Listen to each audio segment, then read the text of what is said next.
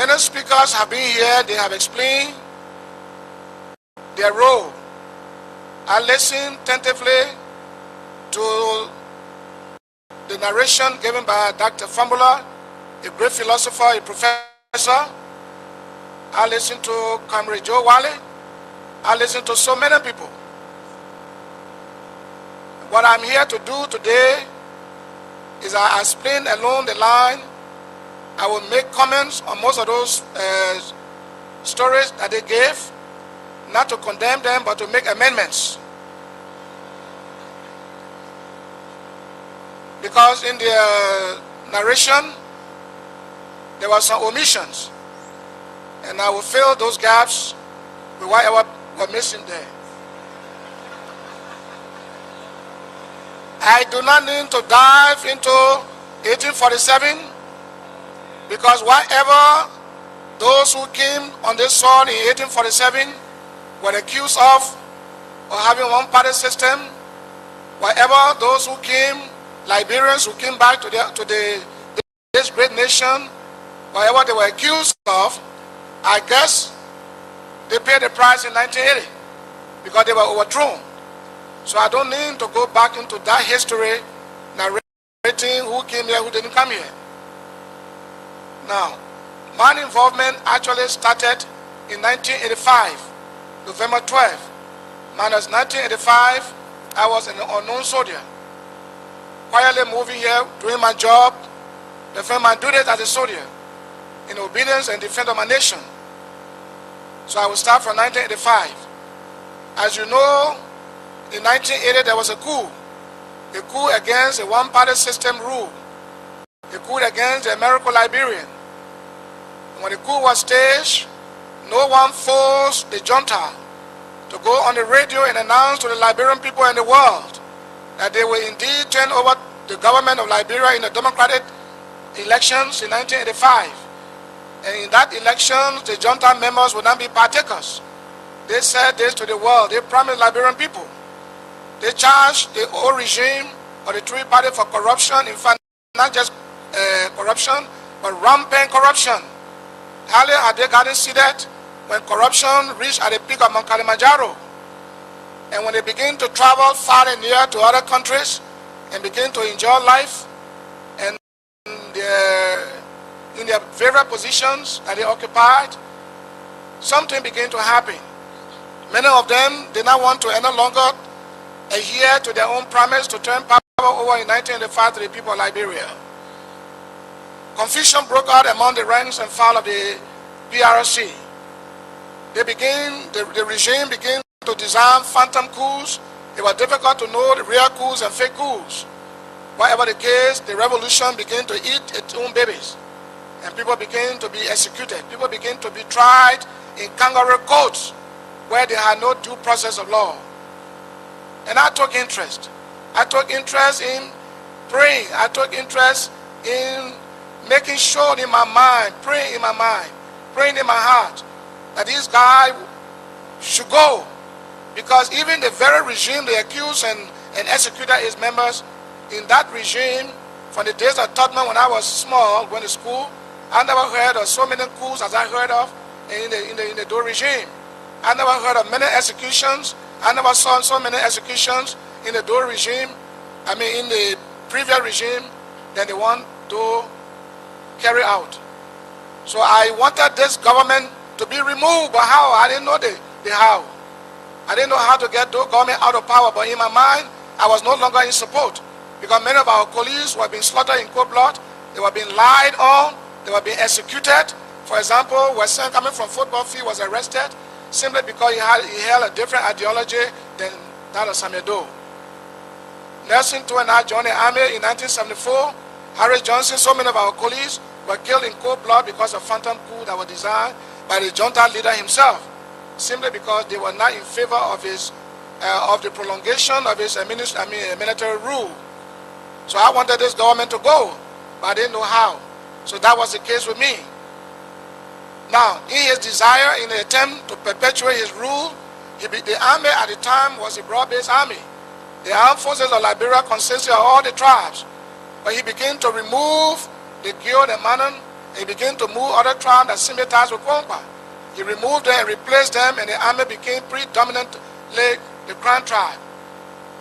At the time he wanted to stay, he did all of these things here. As time went on, he suspected Kongpa being a brave man, being a great man, most popular in the revolution among his colleagues, among the people of Liberia. They admired him. He transferred General Kongpa from the position of a commanding general to that of the Secretary General, and Kongpa refused. And that brought problems between Doe and Kongpa's life was very threatening. Kongpa had to go to America. He went abroad. He left the country because his life was threatened. Kongpa remained in the United States until Dr. Fambula, Harry Greaves, and Philip, and so many of them. They went to America and they encouraged Kongpa to come back. His wife, Tala, was very scared. And they told her that Kongpa will not die, your husband will not die. We will make sure that he removed the government and you will return home, because where you are in the United States is not your home. And they encouraged his wife, Tala, Mrs. Kongpa, to let the husband go. It was 1985, November 12, that Kongpa finally came to Liberia. At that time, I was in the Ministry of National Defense, G2 Office, Chief of Operation, Chief of Defense Intelligence for Operation. And we knew what was happening, but to whom would we tell our information? I was already not in favor of the regime, because the regime was killing its own babies. So Thomas Kongpa came in 1985 with Dr. Fambula and his group, Joe Wale and others, Joseph Bier, Imaiwa Dennis. There were so many. At the point of crossing from the Manu River Bridge, Joe Wale shot Joseph Bier in the back. Whether it was a mistake or intentional, he needs to explain that. I didn't hear that from him when he was on the stand here. But said Joseph Bier was a military strategist of the evading foes, upon whom Kongpa largely depended. And they crossed. Where exactly was Kongpa, I cannot say, I don't know. Whether he was with them, if he was with them, then he made a mistake, because when you are leading a military force and you are leaving the friendly area to the enemy zone, upon contact with the enemy, you have to give a head count to know how many wounded, how many missing in action, how many die in action, and how many you still got alive to move on to the next stage of the operation. But that didn't happen. And so when General Kongpa entered Monrovia, he named Joseph Bier as a commanding general. That is to tell you that he didn't even know that Joseph Bier was killed at the border. So that is where I'm going to tell my story, November 12, 1985. Johnson, Prince Johnson, and the events. On the morning of November 12, citizens of Monrovia had a rude awakening by the sounds of machine guns, fire, and rocket-propelled grenades vibrating from the Executive Mansion, the home of the President, and also the Liberia Broadcasting Corporation, LBS. Shooting persisted throughout the morning until General Kongpa's voice was heard on television and on radio. I am General Thomas Kongpa. The government of Samedo has been overthrown. Though it is in hiding, there is no escape for him. The National Patriotic Forces have taken over the reins of power. We do not want bloodshed. The officers and men of the armed forces of Liberia are hereby ordered to disarm and remain in the barracks. We have sufficient manpower to attack the country by land, sea, and air. Now, this speech that General Thomas Kongpa read was prepared by Dr. Fambula just before they invaded the country. That he didn't need to depend on the armed forces of Liberia.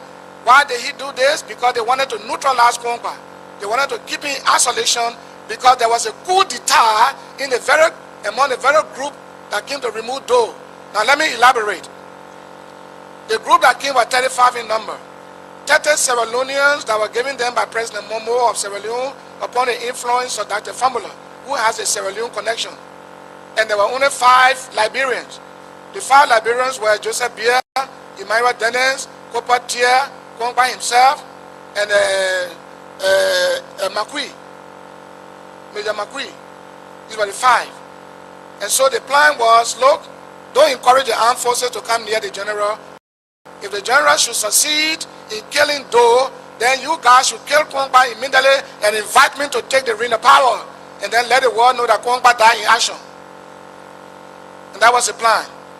And so when they came to Monrovia, I went to join them. I was at my house that morning when the sound of gun began to vibrate. I saw two journalists, my colleagues, my friends. We lived together for many years. We knew each other. And that is, what is it, Charles Bayon? And another guy, Kwame Clement. They came to my house and said, Johnson, there's a shooting at the station. We would like to go there, but we are afraid. And I said, okay, if you are afraid, then you wait, we go together. So I went with them to make sure it was really Kwangpa speaking or not.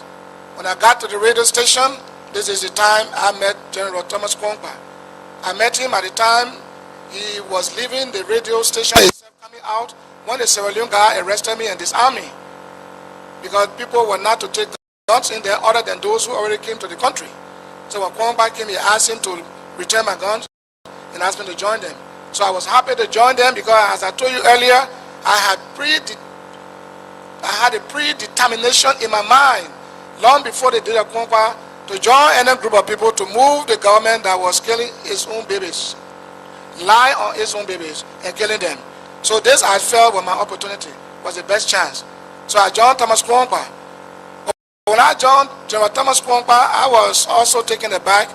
If he came to really revolutionize this country, to overthrow the government that he felt was so oppressive, I wonder why he had to go all the way, saying no bloodshed, soldiers return to the barracks, we do not want bloodbath, and he also said if people shoot anyone, those people will be immediately executed.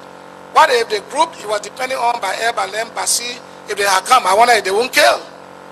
Because there is no revolution that has ever been staged that I know in Africa without bloodshed. You must shed blood. Those people you are going to remove from power will defend. They won't take it lightly with you.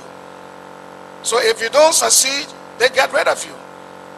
So the blunders that were created made Kwangpa to go into hiding when he heard about the death of Joseph Biya, when he heard about the counter coup, the coup that was in the very coup that they brought. He could not stand it any longer because he had already left the radio station, and he had heard that the AFL troops were very close to the radio station, and there was no way to go back there to tell the AFL that he wants to disarm and return to the barracks to come once again to his aid. He could not do so.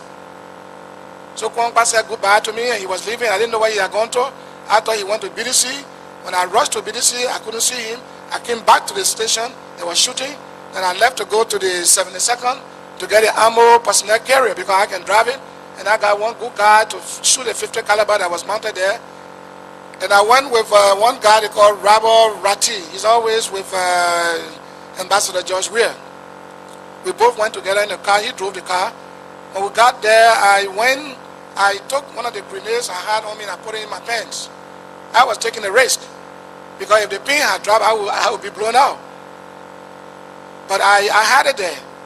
And so when we got to the 72nd, we saw the soldiers standing up, very quiet looking, and the place was so silent. And I asked for Lieutenant Glenn. Lieutenant Glenn was the one that General Kwangpa named that morning as the commanding officer of the 72nd Battalion. So when I went in, he was sitting behind his desk, and soldiers surrounded him, and I thought they were the bodyguards. And I told him, Lieutenant Glenn, I'm here, the radio station is on fire. I want to recapture it. I can regroup the AFL and capture it. But he couldn't answer me. He was just sitting down. I did everything to communicate with him, whatever way, no way. Then I suspected something was happening. By the time I could come out, the soldier grabbed me right at the door. They took off my shirt and took off my boots. And Mark Sharp, you all know Mark M. Sharp, Colonel Mark Sharp. He was there with Colonel Peter Solo, and they were arguing among themselves. Some said, let's shoot this man, and the others said, no, this man, when we Kwangpa in the morning, we saw this man, if we kill him, we wouldn't know where Kwangpa is hiding. Let us not kill him. He will have to explain detail of how the invaders came. So they were arguing, and somebody said, look, let's handcuff the man. And then I just showed my hand like this, and they handcuffed me in the front. A handcuff that had no key, no one that had a key. It was only one soldier that had a handcuff, and they handcuffed me in the front, and that was it. And Peter Solo said, look, let's take the man to Camp Suffering. and have him executed. Then Marshall said no. Marshall and Peter Solo said no, let us take the man to BDC, put him in the stockade, and then tonight we will do his job. That means to kill me at midnight. So they put me in the armored personnel carrier and with soldiers on top. And we drove from 72nd through Ghana's Way, through the Freeport area, and we got to the bridge, Tucker Bridge. And when we crossed the bridge, I thought we were going straight to BDC. They too were afraid because they didn't know what was ahead of them. So we went to Slipway. I did not know that the AFL had a branch established there by Colonel Mark Sharp. So they took me there, and he got down with few soldiers to go in the house to communicate to headquarters in BDC, with headquarters in BDC, whether the road, everything was quiet, whether BDC was under control of the AFL. He wanted to get the information. So as I was sitting there, the handcuff was matching my hand, going to my flesh. I put my hair up, trying to look at the Dove River so I could jump off and swim. And my heart was telling me, no. God was telling me, don't go there. My heart was telling me, don't go. You will not swim better with this cuff on your hand, and you will be killed. Just remain where you are. And I did. I went back into the tank. And Mark Sharp came out from the house, he got in the tank, and we drove to BDC. As we got from Lane Street, we went in the motor pool. He saw some soldiers whom he discovered that morning to be with Thomas Kwangwa. And he stopped the tank and ordered the soldiers to come down and arrest the few soldiers that were there. Then as he got down, I put my hands in my pants. It was not very easy, but I did. And I took out the grenade and held the grenade in my hand. So as they came and got down and got in, the marshal came in the tank, other soldiers they arrested, they were on top of the tank, two came in the tank and joined me. Then as soon as I discovered they have gotten seated and they were about to pull up, I dropped the grenade right at the feet of Colonel Mark Sharp. And I said, grenade! And Mark Sharp and his group opened the tank and fled for their life. And when they fled, I came out. Mark Sharp is a living witness. He's still alive. Many soldiers from BDC who know the story, they are here. Then I ran outside the gate, Motorpool gate, right on Lane Street there. There's a gas station there. At the back of it, there was a government toilet there with Red Cross. So I went, I tried to jump over the fence 2-3 times. It was difficult. But then I saw the soldier running, because at the time when I ran away, the tank was parked right at the gate, at the entrance of the motor pool. So the soldiers who fled and took cover under the different cars far away from the truck, from the tank, could not come. They thought the tank would explode. But by the time they got to know that the tank would not explode, because probably the grenade, the plane was still there, they chased me. But then I have crossed over, jumping over the fence to go into Public Works compound by 5-something in the morning. And they managed to cross over. At the time it was a heavy raining day too. The ground was wet, it was raining heavily, and I was on one old dilapidated truck that had been there for years. And the only thing that divided the Public Works and the graveyard was just a fence. And the big drainage with water. So I stayed under the truck, and the soldiers came arguing among themselves, blaming themselves why they didn't kill me, and somebody led me to escape. If they had killed me, it would have been the best thing. Now they sent them to look for me. They were shooting all over the place. And there were noise of machine guns, live fires, and so forth. And I was just right there. And what scared me most, I almost came out, was that I saw a serpent, bone constructor, under the truck. I was very scared. If I had coughed, I would be finished by today. But I remained there, and about 7 o'clock they had left. They searched the whole place. In fact, the Public Works yard was so big, it's still big up to today's date, and they didn't know exactly where they had gone to. Looking for one man in a big place like that was very difficult. And so they left. When they left, I just put myself in the drainage and found my way across the graveyard, got to Center Street, where the people were patrolling, and I kept myself under concealment. When they crossed, they went to the Benson Street area, then I crossed to the old PAL office. When I got to the old PAL office, you all know PAL now. When I got to the old PAL office on Galley Street there, I took off, I removed my pants from me, and I remained in brief. I removed it, and I saw the old coal pot, and I put the old coal pot on my head. Now I got the water and sewer area there that is now being used as a NBI office. And I got on the street, went all the way to the beach. area convent behind it, and I went to Coconut Plantation.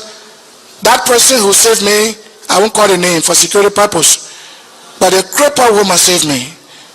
The crippled woman saved me. I went to the house that night, and the key she used to uncuff me was the key that the country people normally use for the old type of valise. She used that to uncuff me, and then said to me, "Stay here until daybreak." And I said, "If I stay here, all of you will be finished." Because Doe was on the radio announcing that wherever they will catch on a rebel, whoever in that area will be finished. So I told her I won't stay here.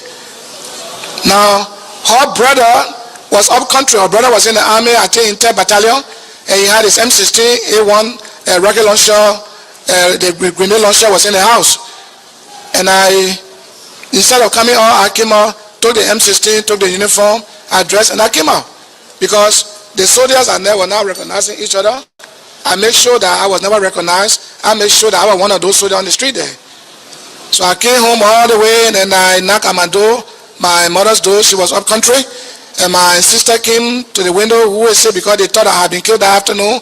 The soldiers of the AFF from the mansion thought certainly they've killed me. They came to my house and collected my vehicle and other things. So they opened the door, and I went upstairs in the ceiling.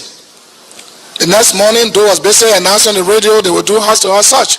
So the people in my mother's house said, "Look, if you stay here, we all will die. You better go your way. If you stay here and refuse to move, we will show you." So my house was not too far from there, and I just went to my house. That day I took 6 bottles of small gold medal to get drunk, little bit to get out, and the 6 bottles of gold medal could not make me drunk. So all I had to do was I needed prayer. So I just prayed and walked out, and I went to my own house, and there I was in the ceiling. In the morning, I asked my wife to open the front door, open the back door, open the windows, and open the main door of the house. So soldiers will come, where an important person that is wanted for treason, or somebody that is alleged and is needed by government, wanted by government, is hiding, will not be open like that. It should be in a concealed place. But I was in the room there, under the bed, I'm in the ceiling. The room will be open, the door outside open, the door back open, the window open, everything open, and I'm there. And the soldiers came after the month, almost a month, because I stayed in Liberia after December, Christmas season like that. So I stayed there, and the soldiers came and told my wife, "Look, we know this man was not killed. We know he's brave. We know he's capable of coming back, regrouping. Your father is John Waki, Colonel John Waki. So your father is still with Doe, and this man you married John to John Rebel. So you better tell us what this man is. We are aware that you're telling the truth that he's not here. But if he does come here, let us know. Here is $500. So they gave my wife money to take care of the baby on the ground that if I came back, she should let them know. And I was right there hearing all they were saying. If a soldier had said, "Let's look under the bed," I would be finished by now. But I was right there. And I was not scared to shake. I didn't cough. And they left. When they left, I began to strategize how to leave Monrovia. At that time, the public works minister, I won't call his name, he had left for abroad for a foreign trip. And my uncle was driving for him in 1985. And the NDPL t-shirts, we sent some people, some sympathizers who were with NDPL. They came to my aid from Nimba. They gave me as many NDPL t-shirts, caps, and they brought it to me. And they said the minister was not in town. The driver brought a car to me, RL. And we wore the t-shirt that morning by 7 o'clock in the evening after a month in Monrovia. And put more drinks in the car. And we began to go as NDPL partisans. So every checkpoint we waved to them and told them, "Thank you, victory over the invading foes." So we got to Salala, the maximum gate. We got there, I was very hungry, and I saw the lady that was roasting plantain. And I had sat in the car, jammed up with the people. My leg was giving me problem. And I just took the chance. I said, "Lord, I'm hungry and I'm going to buy something. Cover me up." And I got there and I was buying plantain, 4 plantain, roasted plantain. And the soldier was there and they didn't know who that was. I'm a member of the NDPL. I'm a partisan. And after all of that, I went away to the Côte d'Ivoire. Nobody knew who was in the car until I got to Ivory Coast border. And I threw the t-shirt, everything away. and across into exile. In exile, we begin to look for our colleagues who are scattered, who are run away from Liberia, especially Lieutenant Cooper Tier did not die during the crisis. He escaped and went to Ivory Coast. And so I sent people out to help locate where he was, and they did. They came and told me, and I went personally to visit him, and I told him, you did not run away, you retreated to stage another maximum battle. So let us close ranks, let us join ranks. And so we began to mobilize, and we mobilized as men. Though we didn't have money, we didn't have any place to train the men, but we kept them together. I did my best to keep them together. Refugees spread all over the western coast of Cote d'Ivoire. We brought them together, and every Saturday we used to meet in my town. A very large number of people. And the news got to Liberia, and Moses Dupu came to join us. The first person who crossed over was Nicholas Podia. Podia came to join us. We received him. He brought some money, and because he was former vice head of state, he had traveled extensively. He knew many foreign lands. We decided to make him our leader, since he could be the one to lead us for training. So we told him to be our leader and find a way for us to go to foreign country to be trained. He accepted gladly. We all accepted. It didn't take long. Dupu also came. When Dupu came, he wanted to take leadership of the group. That was not possible because he didn't have money like us, and we wanted Podia. So after spending a few time with us, he had to go to Nigeria, where he took refuge with the United Nations High Commission for Refugees in Lagos. So this Podia stayed with us. We were in Zouanwe, in Cote d'Ivoire. We went to Danlele, and finally to Abidjan, where we met Tony King. Tony King had a means of finding base because he was in contact with Blaise Compaoré. Because Blaise Compaoré married the wife, the former wife of the late A.B. Toba. So he was connected there very closely. But he didn't want to make the contact for her, though he knew we were very brave guys, and many in number. But he didn't want to help us because he was not in conversance and not in favor of social indigenes, grouping and say they want to overthrow. He needed an American Liberian leadership. And he told us that in fact your in-law will soon be coming. Charles Taylor, though the jail Taylor in America, and though wanting to extradite him, we are trying to get him from America. We'll get Taylor from America. He married to your sister. All of you name out people like your daughter. So will you accept Taylor when he comes? We said fine. He said when Taylor comes, then I will now open the door to lead you to places where you can quicker get training base and train and come and move Samedo. So we remained there, and we're asking how Taylor was going to be free. He said, well, there was a diplomatic arrangement that was being carried on by a few American Liberians, not all of them per se, and with the help of Ramsey Clark, the former Attorney General of the Supreme Court of the United States, we get him out. So Taylor did not break jail. Taylor did not break maximum jail. Taylor was let out with the purpose of coming to Liberia to join us to remove the dictatorial system. And so Taylor he got free, went through Mexico, other places, and came to Liberia. When he came to Liberia, he met us in the Cote d'Ivoire, and we dearly welcomed him.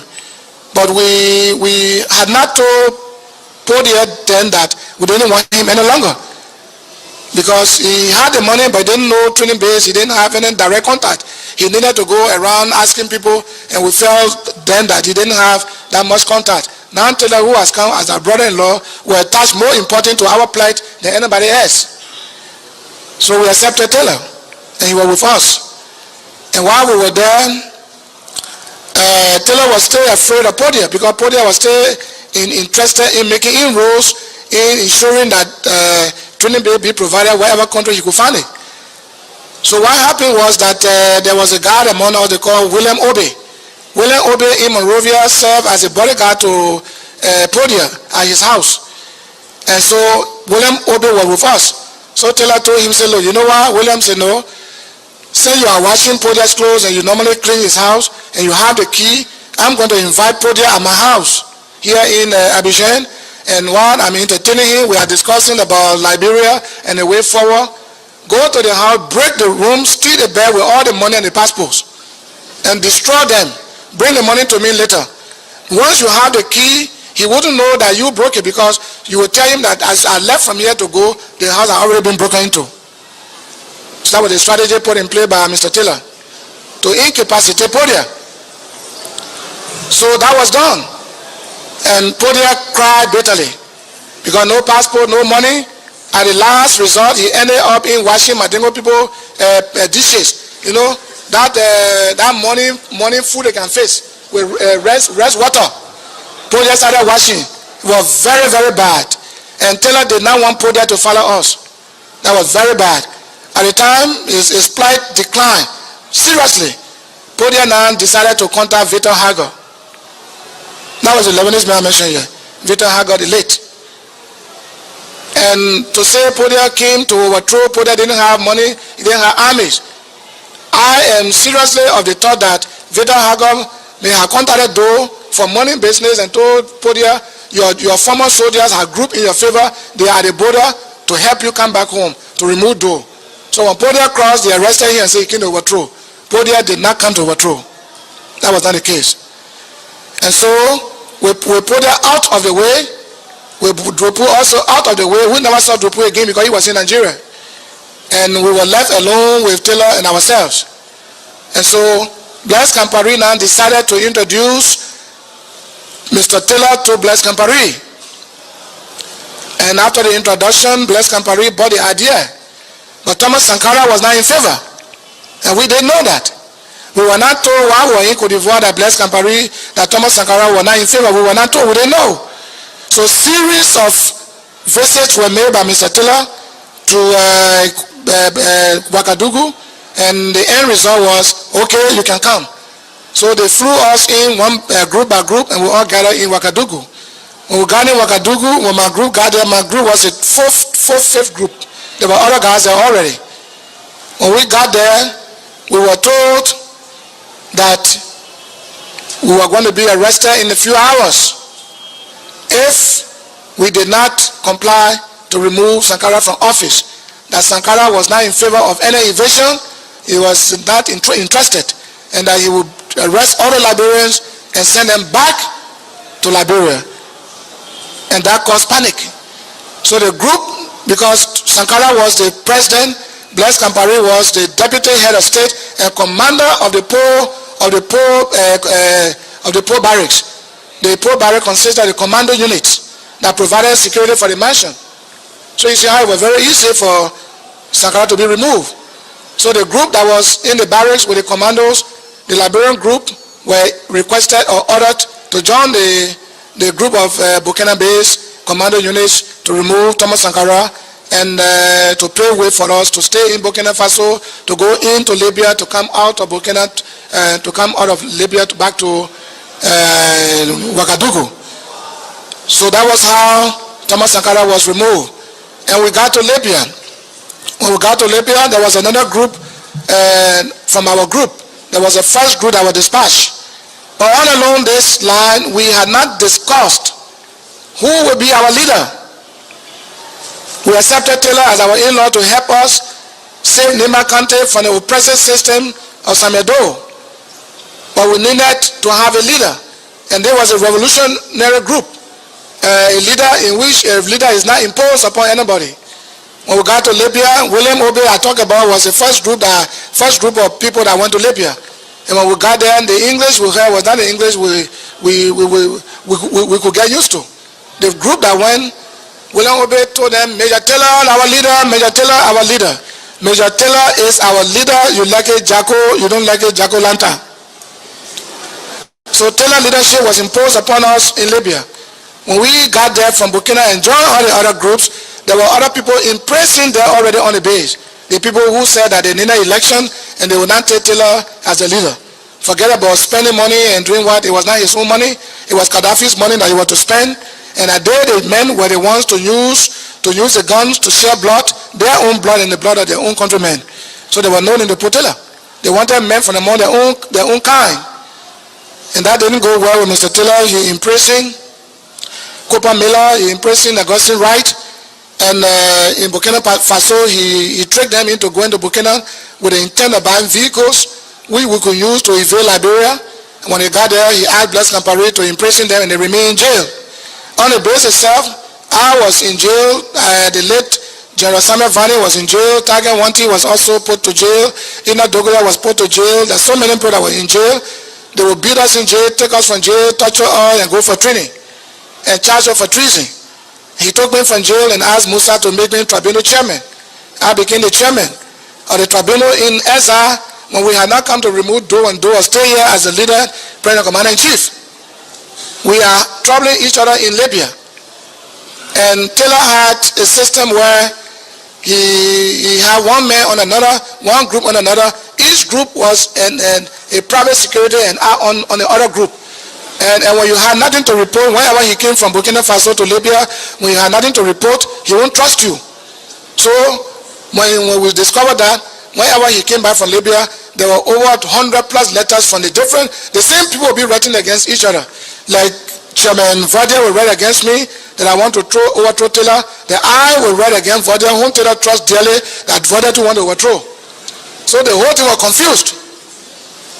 So we were in Libya, and he explained this to Blaise Compaoré, and Blaise Compaoré said to him, well, if the soldiers you will use to overthrow your country's government is divided on this line, and they cannot understand each other, they don't even like you, then I will provide you commandos.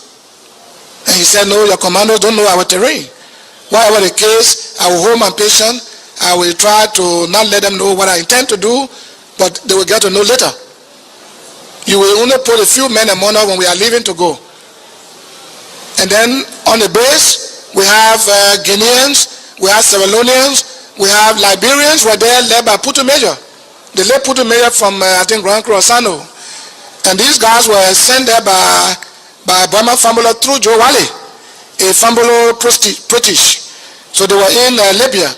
But when they gave Joe Wally and the group money to go and bring more recruits for training to come and invade Liberia, money was free, they didn't go back. And they left those boys abandoned, and those were the guys that we absorbed into the MPFL. Taylor brought them on board because his own group now, he could not trust so many of us. So he brought other groups from the Liberian group that Fambulo sent there.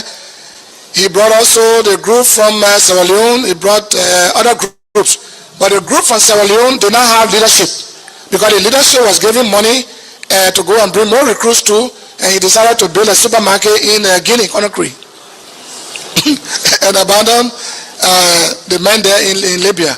So all these groups were brought on board. Saint Taylor knew that the men he had, though they were small in number, but very qualified, very tactical, very proficient, but what was lacking according to him was the obedience and submissiveness to him. So he had to bring other groups on board to neutralize this Liberian group. So we went through series of trainings, tactical trainings, airborne training, jungle warfare, whatever the case, all phases of military discipline we went through to come and attack Liberia. We wanted to attack Liberia, launching a seaborne attack, but the Strait of Gibraltar was blocked by the U.S. warships because there were sanctions on Libya at the time. So we couldn't make it. So we couldn't pass through Ivory Coast. And we thought we could pass through Ivory Coast, and that was the only hope for us. That was the only option. But we decided to use Sierra Leone. So Mr. Taylor said to us, look, so we cannot pass through the Strait of Gibraltar from here to launch a seaborne attack, stay on the high sea and come on shore with boats to launch the attack, and there's no way. Let's try Sierra Leone. Because once upon a time, MPFL that I am now head of today passed through Freetown, did not just pass there, but President Momo, who is still president at the time when we were in Libya, provided men for Kwangba to invade Liberia. So Taylor now left to go to Sierra Leone with one Prince Bagley. So Prince Bagley now took him to President Momo and introduced Mr. Taylor to him. And the idea of using Sierra Leone was accepted by President Momo. All right. Good evening to everyone. That was the voice of late PYJ, as he was known. But sorry, decided to wear the white shirt today. Two are wearing we wearing the same color. But not bad. Hello. It's okay. You Let are me very low there. Welcome to our followers. This is as you know, BKS TV. We come on here every day, 8 o'clock Liberia time, 4 p.m. Eastern time, which is the US time, and then 3 p.m. Central time to discuss things pertaining to Liberia and other news around the world there. So we are happy to be back. We're off yesterday, but we are back today. And I have my brother Cyrus Badia here with me. Cyrus and I will be taking this home tonight. Aman and other guys will be joining us here shortly. Once they do, we will get them incorporated and we'll get everything going there. But it's been great. Cyrus, how you doing today, my chief? Well, I am doing wonderful. You know how it is. We've been running up and down trying to make things happen. So far so good. We're here. Yeah, but I think your volume is a little low. I think it's probably from my end here too. But yeah, it's great So great stuff. I think you can hear me now, right? Much better. yeah. Yeah, I can hear you. I think it was from my end. So, but before we even go further, as we always do, but you know what? Let's start with what's on your mind as we do first, because I want to get into your Minnesota, that stuff you share in the group chat there. We need to talk about it. You know, Minnesota people there. Yeah, you're always on some kind of thing there. So, but welcome to the show, my dear brother. It's wonderful having you. We got someone watching from Bay Bonway Town, District Number 4, Nimba County. Uh, that's your area. So I know. Hopefully, I don't want you picking them watching here, but if so, then I noticed you start talking about the Green City. I don't know what happened. You start talking about the Green City lately. You when they talk about No, Green Cities is alive and it's breathing, and we are getting there. but you know Well, you it's don't good. talk about it again. But what's on your mind, Chief? Well, it's good to be on the show. I have been very busy lately. So I haven't been in touch with what's going on in the Republic. You know, so um, hopefully since I'm back in Monrovia, uh, I will be able to get in touch with. Make sure and remain connected. But other than that, let's move forward with the show, and we'll look forward to having discussion with our people and our viewers. You know, And then you got somebody just ringing your phone in the back yeah, there. Bang, bang, bang. you They know, will wait when you count it, so we'll start calling them. yeah, these people, man. Yeah, but it's great. A lot of things been happening. A lot of stuff been happening. There's a lot of stuff been happening. We'll pick them up one at a time. You know, obviously the drugs topic has still been around, but Senator Amara Conan recently, I think it was today or yesterday, has been keeping the drug stuff in the news there, and there has been a lot of responses from the Unity Partisan, most of them government workers who have been going back and forth with him.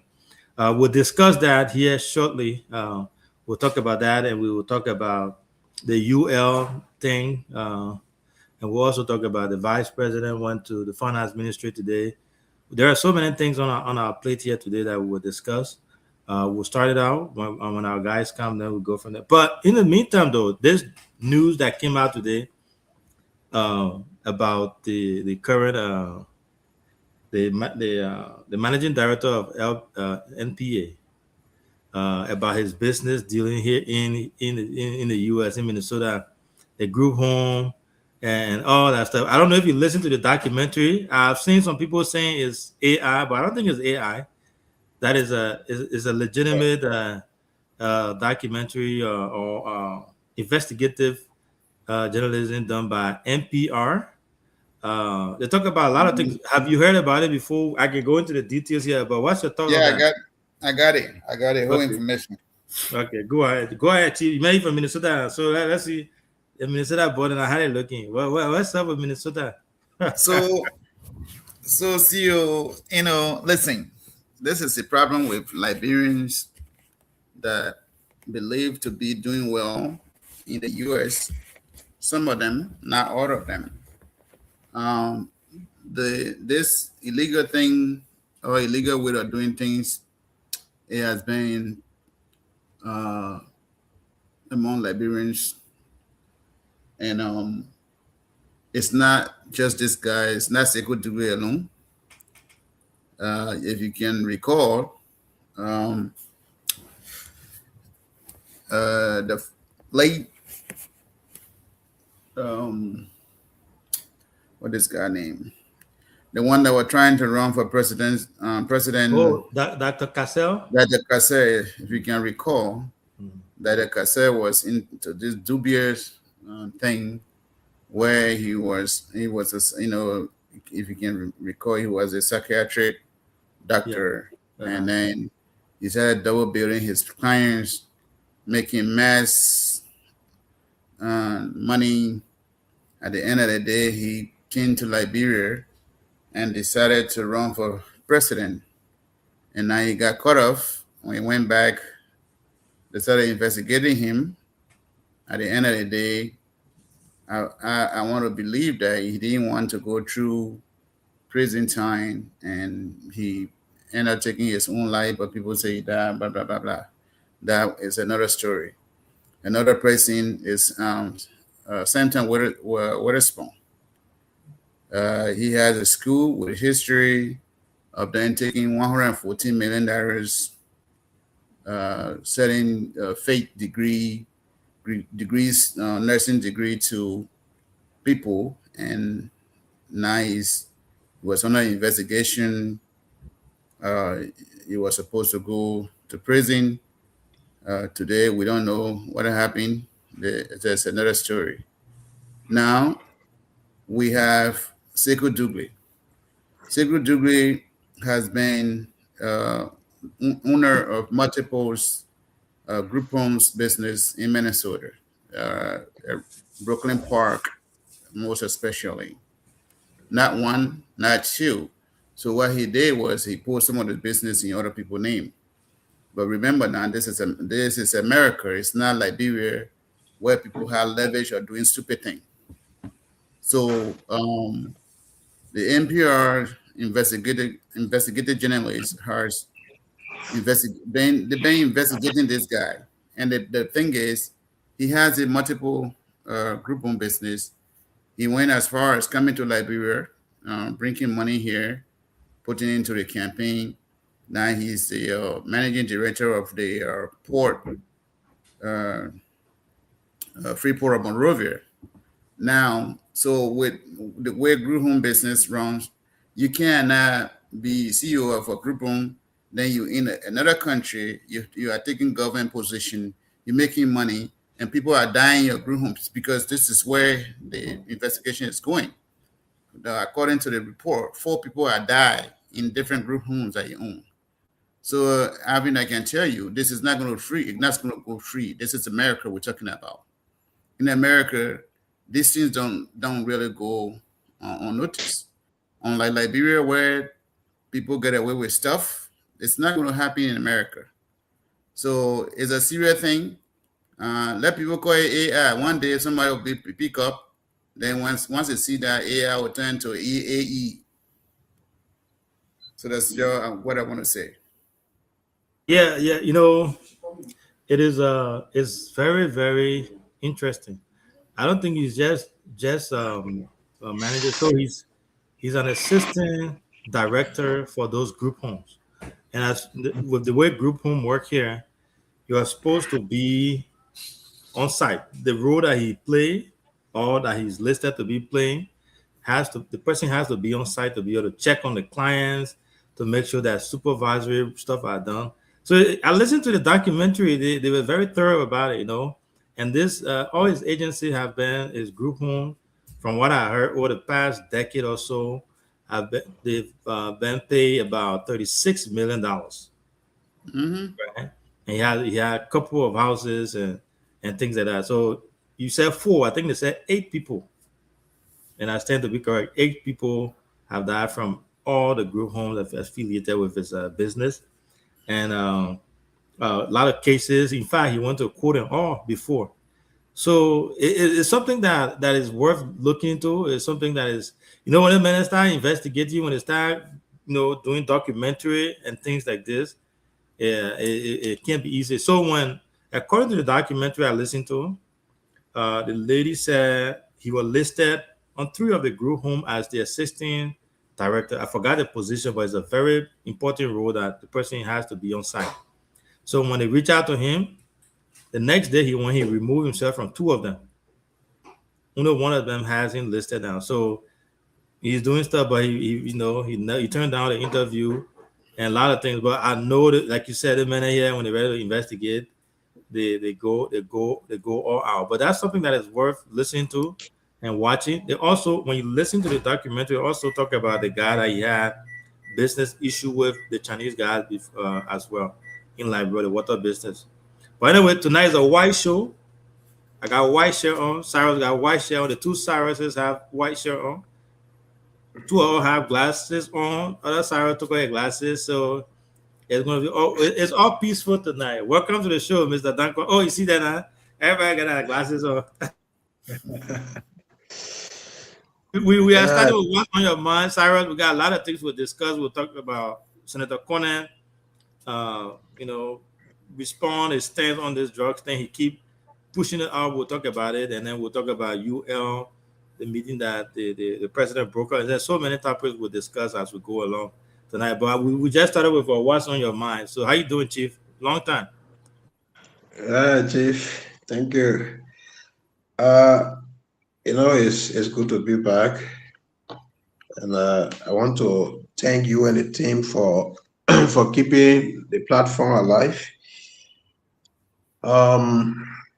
The issue regarding the drug situation in the country, it is something that I can't still comprehend. It's so disappointing to be talking about drugs in Baika and Kung government. All of us know the campaign message the Unity Party used against the CDC. They were very malicious in their campaign, to the extent that there are videos out there in which Kun personally said George we are bringing Kush in the country. So today, you see, God has a way of doing things here. Nobody could imagine that Baika and Kun government will ever have drugs issue. Today, drugs. We are government are facing Kush problem today. Liberia smells with cocaine, and there are credible information coming up on a daily basis that Vice President Kun is linked to the cocaine trafficking in the country, and because of that, every stage of the investigation has been very, very tight. Where are you getting that credible information from? Because the first day this guy appeared, Ronnie appeared on Spoon. Ronnie literally linked Kun to being part of the cartel, and some guys from the office. The first thing he denied knowing this guy, Leroy. He did not know Leroy and the other gentleman. What was his name? 2 gentlemen were linked to the cartel. He did not knowing them. Only to go 2 days after, I think a day after, to confess to knowing this guy. So when you do that in a criminal investigation, then you become person of interest. The first thing you did not know somebody today, then tomorrow you say, oh. And the justification he preferred was that he's a public official and people can see them in public and take pictures, so he does not know this guy personally. But then 2 days later, people start releasing pictures of he and this guy, even at his residence. So now he came back and say, oh, he know the guy. So it was so vicious. And look, CEO, for me, I'm very honest when it comes to this drug conversation.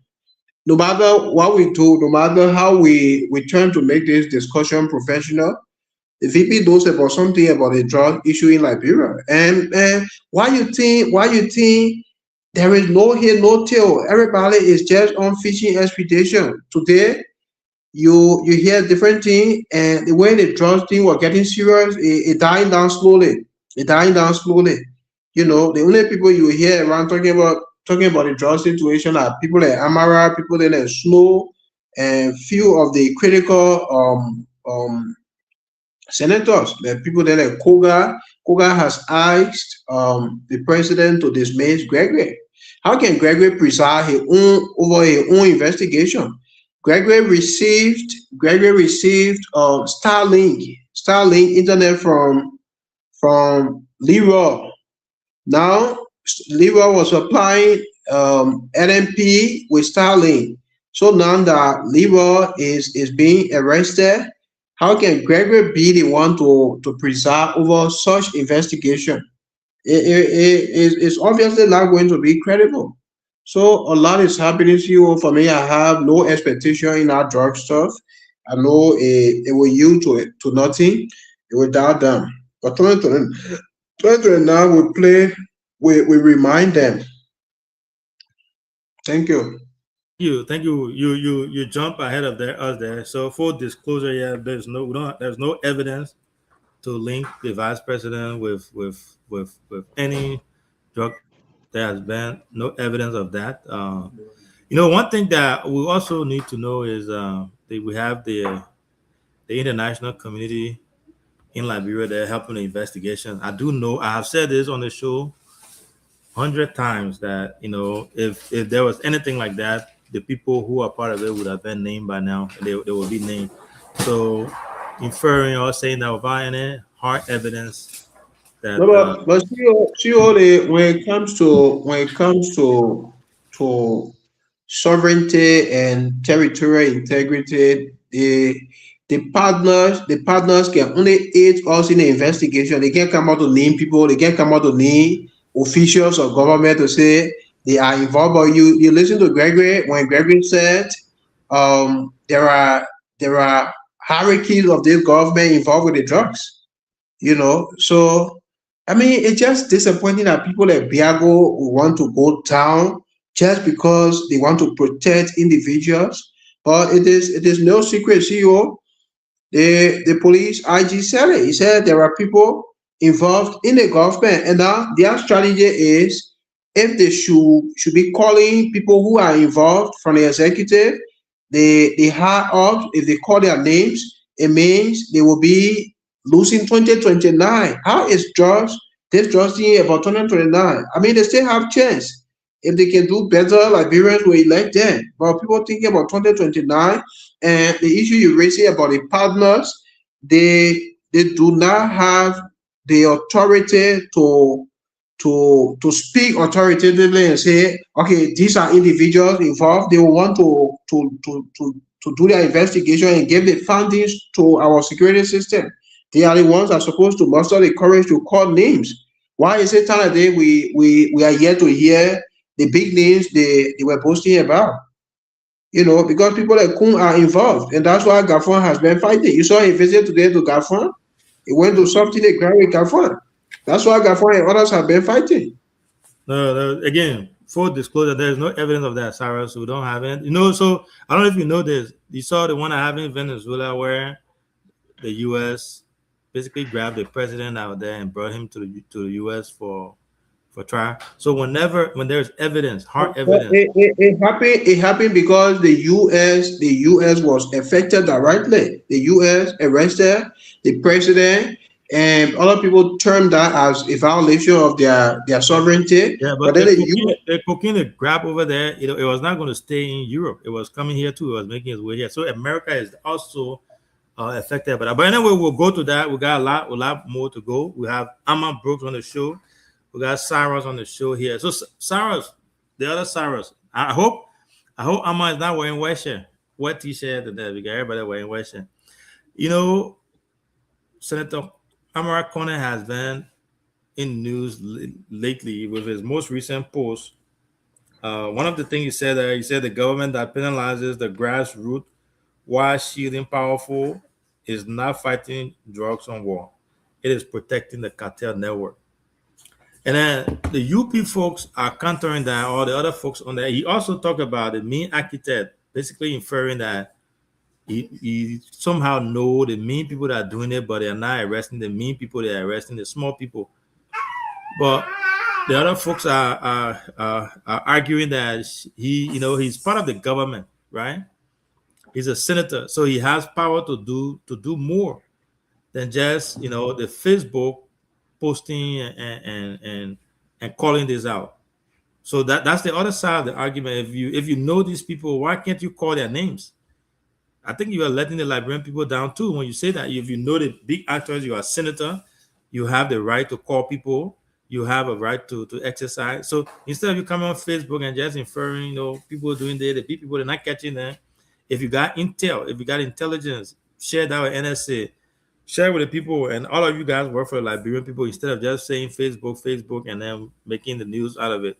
So if you're fighting the drugs and you know very well that the big people who you think are part of this and you have evidence, I think it's incumbent upon you, as you took the oath to represent Liberian people, to call the names instead of just making Facebook posts. So Sarah, that's the argument that folks are having on Facebook there. What's your say on that, Mr. Badier?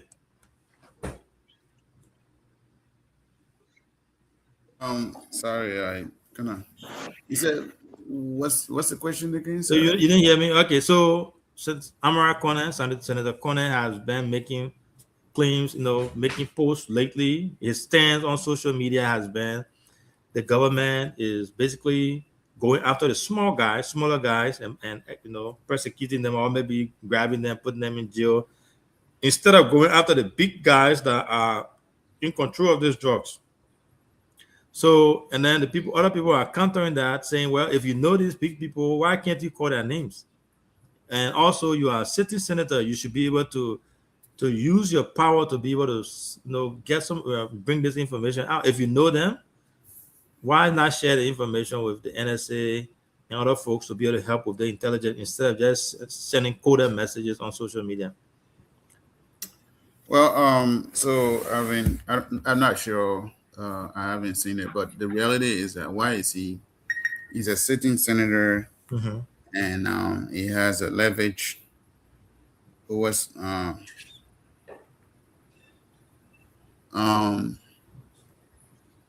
he had leverage to call for investigation. He had leverage to forward information and all of those things. But if you go on Facebook making claims, then I find it difficult to believe who is he.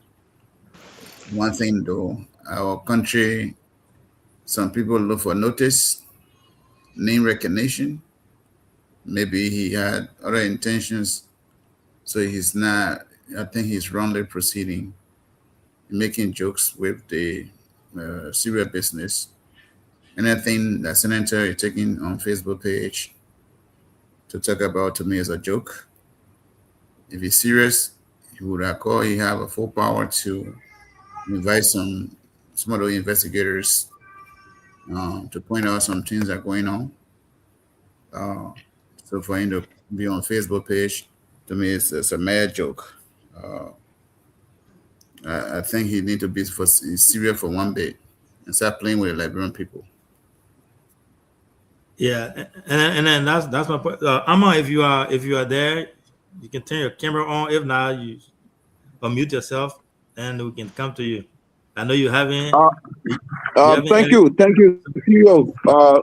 Electricity. Unfortunately, we don't have electricity in Congo, so I thought it would have to be in the dark to go on. But CEO, let us make things straight here. Sometimes when I see when it comes to CDC issues, the way veteran Sam Saros Balier speak to it, the way he speak to it, it is different. But when it comes to discussing United Party and the failure of this administration in the fight against drugs, the way he responds to it is somehow disappointing. Why am I saying that? to show clearly a classical fact that President Bouaka have failed in his proper campaign, evil propaganda against George. In just a period of 3 years, the cartel continued to dominate the Liberia Justice Enforcement Agency. Over and over again, President Bouaka continued to change sack member of the LDA, and investigation normally lead to them being involved with the cartel, accepting gifts from the cartel.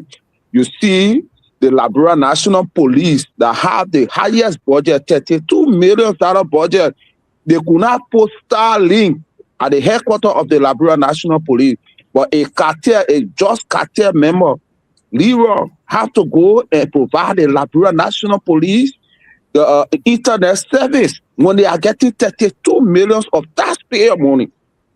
We are selling all cars, using our money. So UP partisan, UP affiliate alliance, they should be very much ashamed of themselves because they fight against you. This is why people like American who know very well that one cartel member enter in the country and bought more than 90,000 cars that CIA around to top officials. This is what Senator said the other time, where Gregory Coleman get 95,000 from to buy 95,000 cars and gave it to the Attorney General, who is the Minister of Justice. Where he got that money from? Where people are getting money from to elect buy 90,000 cars and give it to the Speaker when the Speaker have a budget? Where those money are coming from? The cartel, as we speak now, the entire team, it is a lot of people, a lot of top people are involved. CEO and other listeners, for the Inspector General of the Liberia National Police, Inspector General of any country to come up and make that allegation, top people at the top level of our government are involved into the matter. If Liberia is a serious country, they should be calling him to order the media and other state actors should be calling him to give account who are those people or he resign. So you stop the blog. United Party has lost the entire debate, the trust and confidence of the Liberian people when it comes to the fight against George. The cartel, can you imagine their entire say no George to campaign? It was a cartel that sponsored it. They called that girl and gave her 25,000. And they were pretending I have to say it's a CDC that have the my man, no road over there, that area black. I'll go pass around. Are they cartel you talking to, my man? So yeah, you know, the man. Sorry, CEO. No, CEO. I never unmute myself. You know, I just defend a few days. So people that I don't know, they still want passing the yard and the yard is spent already. So it is very much disappointing for people to be dodging the main issues. Let us be sincere. The entire United Party government has failed the Liberian people on the fight against George. As we speak, we still have the Guinean soldier. Today again they went to the Liberian immigration where the joint security are, and they asked them again to move. If not, they will use force. The country is at a critical state. The entire government is confused on what is going on. It is quite sad and unfortunate for us now in 3 years of administration that campaign calling President we are Kush, we are just we are. The Kush is Paco in Jamaica. The Kush is at ABC at the president resident where the church is. The Kush is in rehab. Now they cannot even for 3 years. They cannot even boast. No, all of the international report against the fight against George in Liberia, the government continue to fail in it. Then people will sit down on radio station and be telling us that the government is succeeding in the fight against George. How? What is the statistic that you are using? Why are you trying to tell the Liberian people? Are they not seeing what is happening? For the very first time, CEO, to see over 100 or almost 1 billion $1 billion worth of jobs to be in the country. CEO, the boss, and been transporting those jobs ever since from their first year. From their first year, for the cartel to bring that, to be brave and bring almost $1 billion worth of jobs, meaning that they are getting guaranteed for people in very tough position. They have spent more than 20 million to secure, interest in people in very tough position at the security apparatus around the president, either sons or daughter of the president, around the inspector general. This is why, as we speak now, with the American being on ground, a lot of people, NPA were called today, NPA were called during the course of the week to answer to questions. Sekou Dukle was invited to go answer to questions. A lot of things, because of the American president, we believe that even if the government do not take action, the American will take action by sanctioning some of them. What is happening in our country is, CEO, the entire government is paralyzed because they have the issue, and because the government is paralyzed, it has taken them away from their developmental agenda. Right now, the government are focusing on road in the rainy season. They are not focusing on road because they are thinking about the situation at the Guinea border, the Ghana advancing. They're telling them to move, and the citizens there in serious tension, on a serious tension. Over 4,000 whom never made farm. They are sitting now in Foya district. The entire Solomon Township people have moved to Foya, and they are hungry there. They cannot go on their farm. They cannot get anything done. Makona Agriculture Plant Company that have over 3,000 of Solomon Township people employed. Makoma had to relocate, and they don't have area to relocate now. Local bank and local institutions in Lofa County, Foya, most of them, they are moving with their money to Monrovia because they feel that Lofa is not safe. Almost all of the banking sector in Lofa and Foya, they have transferred their money to Monrovia. The entire economic hardship on the people of Foya and the people around in the Solomon Township, it is at the worst of all time. Even during the 14 years of Civil War, they can say to us, they never went through this. You have the issue of over 500 million United States dollar worth of jobs. Thank you, Chief. Coming into this country. Imagine if it was we are time. All of the time they were president, we are accused. Not a single day that cartel member ever threatened any of we are children. But this is President Bwakason who said he don't want to be in government, but he can represent his father with a big drug dealer in Madrid. Thank you, Chief. We got. Thank you. We got more to come. I'm glad that you're on fire tonight. In the dark there, the maintain a camera off to be able to fire. The man scared to show face. But no, I feel let me put my camera on. Let me put it outside in the dark.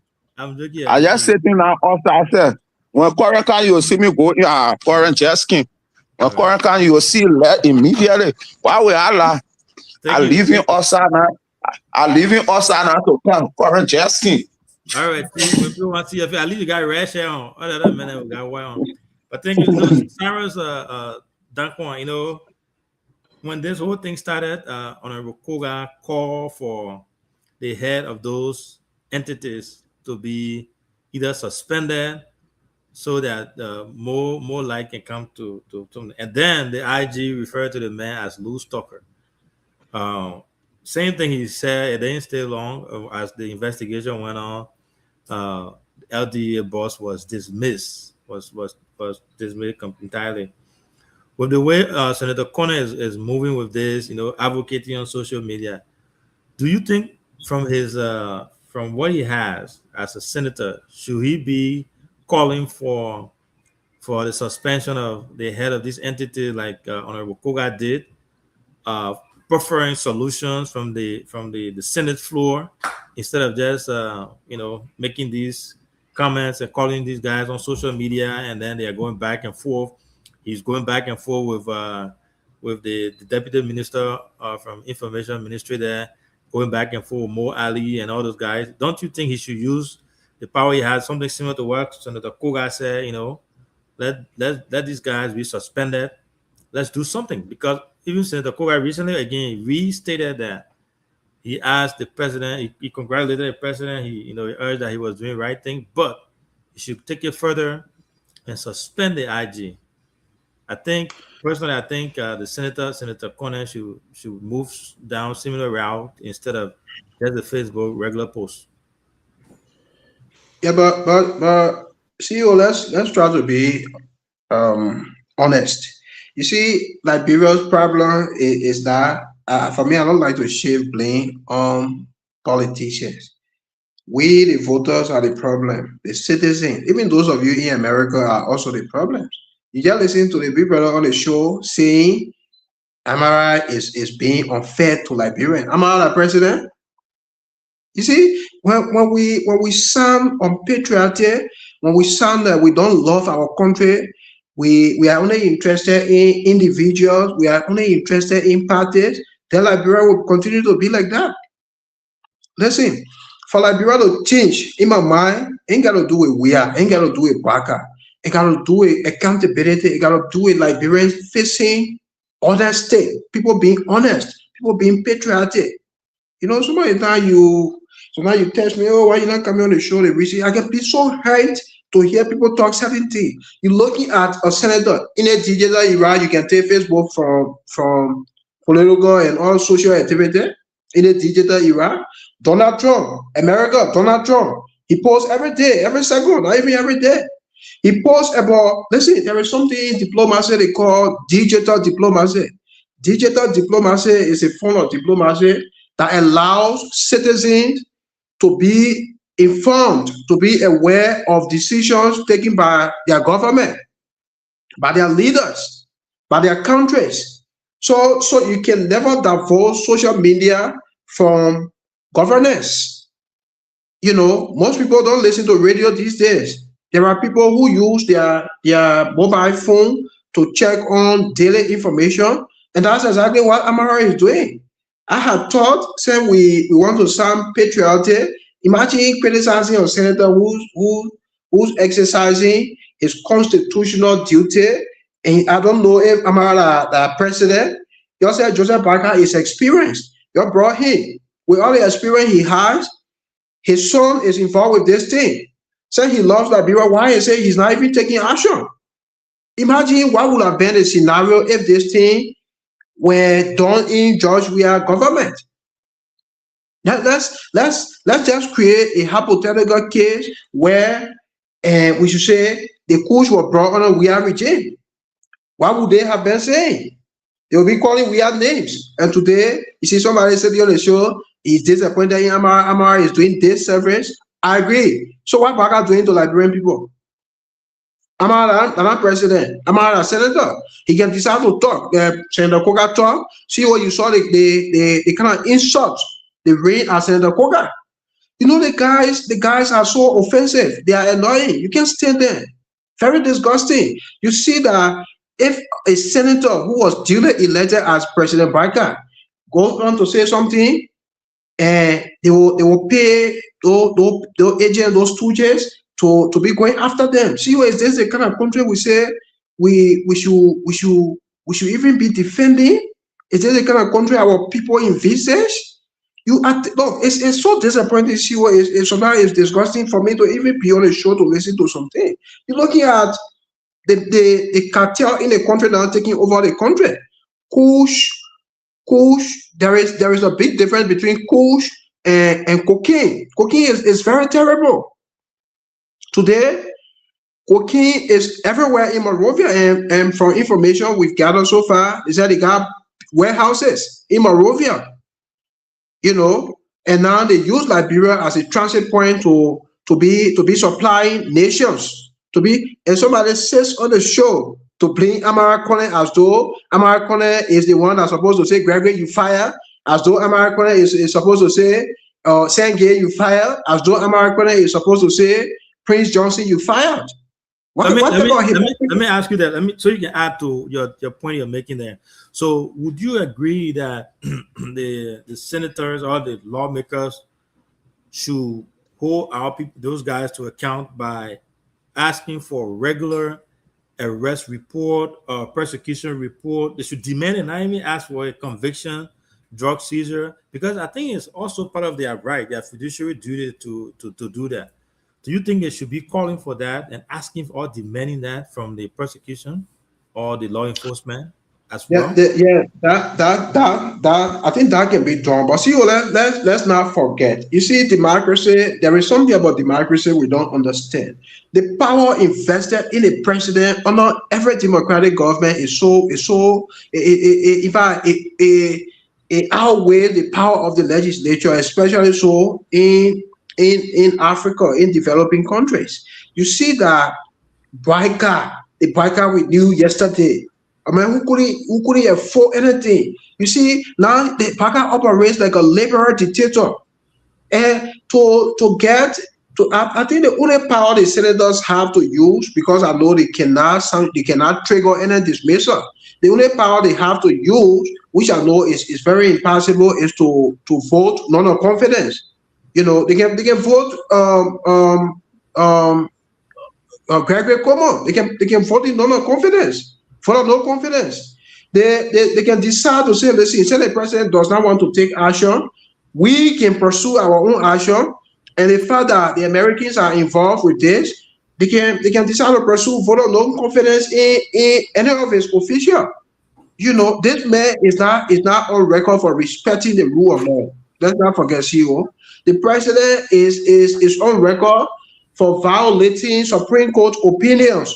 The Supreme Court of Liberia is the final arbiter of constitutional justice. The Supreme Court has ruled on several occasions mandating the presidency that this is our decision, and the president went ahead and did something different. We saw it with the fanatic removal when the Supreme Court ruled that the executive should stop doing business with Richard Kun and his blog, but then they continue doing business with them. And today, Richard Kun is speaker because Braga wanted to have his will. Then we move on to Councillor Garrison Yellow issue when he suspended Garrison, something which the Constitution did not provide for. Garrison went to the Supreme Court. The Supreme Court said, "No, Mr. President, your authority does not extend to that. You have no right to suspend Garrison." Now they reversed the decision. He went back to say he would not listen. He went back, he appointed somebody in Yellow's position. This is somebody who went on to dismiss officials at LTA. We have a president who does not regard the rule of law. CEO, you saw the MCC report. Liberia failed in rule of law. Liberia failed. And with the proliferation of drugs in the country, I don't expect that Joseph Barker will do anything. We as citizens, CEO, if you check my Facebook post from 2019 to 2023, 2018 to 2023, I'm on record. I criticized George Weah for aiding lawmakers to impeach Justice Janet. It hurt me because it was a slap in the face of our Constitution. And then there were so many issues that I shifted blame on George Weah government. There were too many things they did that I did not like. So I spoke against those things. I'm on record for it. So to say you love your country and then you want to put party interest, I mean, Liberia will always be around. Party will come and go. Jeremiah Kun will be vice president. Another person will come and be vice president. Joel was there. Today, Joel has left. It's Kun. Another person will come tomorrow. So when we come to the discourse with the kind of shenanigans wherein you come to defend people only because you want for people to say, oh, they may on the show, you are defending the government. It's a wrong path. Imagine see all the money you spend, the remittance from America is the one you be carrying Liberia. If Liberians see America were not sending money back home, trust me, if the thing we're talking about hunger, Liberia would have been one of the worst countries in the world in terms of hunger. You see? Thank you. So Thank you. you can keep sending money when you don't have a result. We gotta be honest to ourselves. We gotta call or hold our leaders accountable because we are the ones that elected them. You know, we gotta Thank hold you. them accountable. This drug thing is very serious, and we should stop joking about it. Thank you. Thank you. Thank you so much for that. Sarah, the other Sarah will come to you. I know you want to respond to your fellow District 4. Now, so that District 4 versus District 5 tonight. I don't know District 5 man tonight. You know, it's Sarah Lane from District 4. Thank one. Yeah, sure, Yeah, sure. District 4. So, you know, one of the function of the senator there, like Sarah said, they also, you know, to advocate publicly, which I think he's doing. I don't have no issues with that. That's one of the things to do. Advocate publicly, and they can keep the people feet to the fire and keep the drugs thing in public eye, and then talk about it all the time. That's another way to do that. But also they have other rights to do. They can, you know, demand information, like I was saying, demand accountability. You know, they can call those guys in for questioning, you know, and all this stuff. But all can be done at one. My only concern that I have, not issue, my only concern I have is in his post, he clearly stated that, you know, the smaller guys and then the big guys, the meat architect. If I were in his shoes and I was senator and I know some of those guys, I think I will be calling names down left and right. But maybe there's a reason why he's doing that. There's a security reason why he's doing that. But it's part of it. But over to you, Cyrus Balie Senior. You heard your GM brother take on the drug issue there. Um, Yeah. the senator, one of his functions is to speak publicly and keep this No, thing sure, under. sure. I want to know. I want you to ask me between Senator Connor and President Parker, who is he disappointed in? Because he sounds so annoying saying he disappointed in Senator, and when he's supposed to be disappointed in the person who's supposed to take decision. What kind of decision Connor can take against anybody? No, but he will speak for himself. But he has one record here going after both parties. So, but I'll let him speak. Cyrus, over to you. But thank you, CEO. I think the young man on the show doesn't get it right. I don't think he even know what you're talking about. The reality is that senator has the power. Okay? And one thing I need to set a record here, I'm not a sedition. I would never be sedition. I never and ever will not be. I'm not a, It doesn't and I matter. would never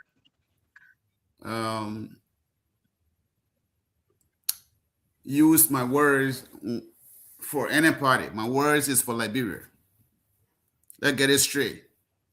Senator Amara Kwene has the full responsibility. He's a senator of the Republic of Liberia. He has the power to investigate. He has the power to invite investigators. He has the power to make a recommendation. Apparently, he doesn't get that. So for him to take the drug fight or maybe mad joke on the social media, why he has the power to invite this guy, he have the power to lobby with friends, the colleagues in the legislature to do some investigation. He went back and forth with government officials. Men like Mo Ali, who's supposed to even be dealing with water, who got water shortage in this country.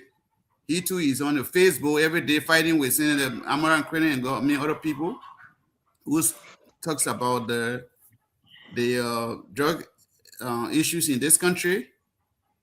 Again, my younger brother, let me tell you for sure, I am not a sedition. I will never be. And what was demonstrated in this country is a disaster, is a continuing disaster with the CDC government. I cannot sit on the show and praise CDC. CDC, $100 million was here. Nothing was done about it. If I could give credit to the Unity Party, I could get a little bit of credit because they are doing a little bit. People are being investigated. People are being arrested. Numbers of people are being arrested. Okay, so CDC administration, drug law, flowing everywhere in this country. Whether kush, whether cocaine, it's drugs. It's the substance. Whatever you take in, it will have impact on your brain. And the brains are who are we? We are the The young leaders of this country, the young folks have been destroyed. When Kush were in the when we were in power, the scene with people, the young folks were dropping, falling down all over, standing there and falling down all over in this country. As evidence available for you to come on this show and say, and how is it now? How is it now? They're not falling down? For you to come on the show and tell me, say, you can be discouraged to come, or did you ask me? It's you, maybe you're party person, but I want you to be objective, because this is not. But you know objective yourself. How you want me to be objective? You say I'm going to fight on the show, sir. When you were talking, I gave you the opportunity to talk. You and myself are not going to go back and forth. It is not. No, but you know, objective. The CEO knows that. The CEO knows that we are the 100 million. Let me provide you information. Let me provide you this information. Sorry, we'll let you finish. When you land, then let me provide you the information, because our people are listening. I will not allow him to spew lies. The judge issued a 100 million judge was investigated. In fact, the case went to court. It was prosecuted, and the people were acquitted. Under the law, when they talk about justice does not mean somebody should go to jail. Justice means either the person goes to jail or the person is acquitted. That's justice. Do you agree that 100 million drug was in the country? And there was case. Do you agree that 100 million drug was in the country? I perfectly do. Do you agree that it came from heaven, or do you agree that somebody brought it into the country? No answer. So no answer, then don't talk then. Let me talk.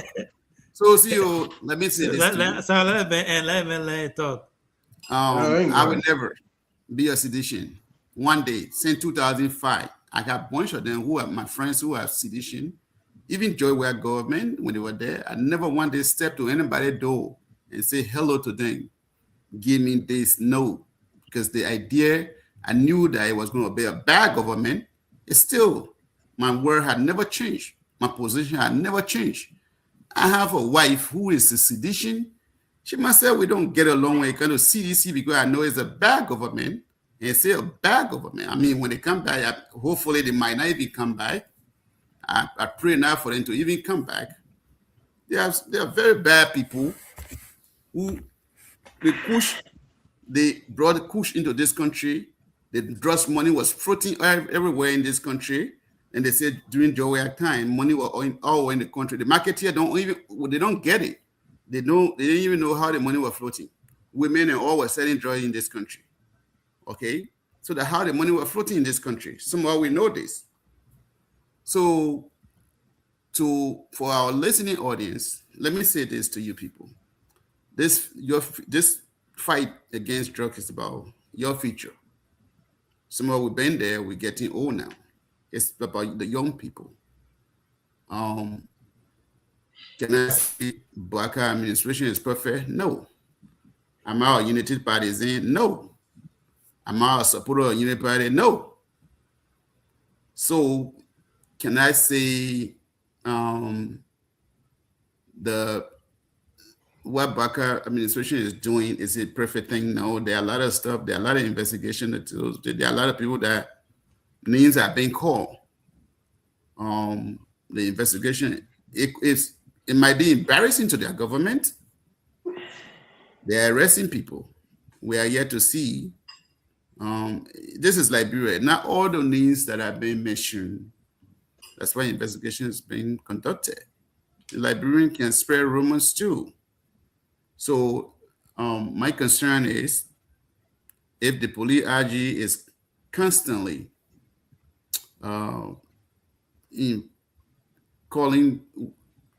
using words, saying that other folks the big hands in government are involved, he needs to come up with the evidence. All the evidence so that we. Well, you think the government should question him to compel him? That's what I'm saying. That's what I'm saying. Mm-hmm. So now, that should be adjusted to this country. He himself, there have been a lot of calls for him to recuse himself, which I do agree with it. He cannot investigate himself. let me say this to you point blank here. People have been saying that American is on the ground doing investigation. Listen, again, let me be fair with the Liberian people for them to get it right tonight. The Americans can come to this country, do investigation. They are not going to furnish the report to the public. The investigation report will be given to the government.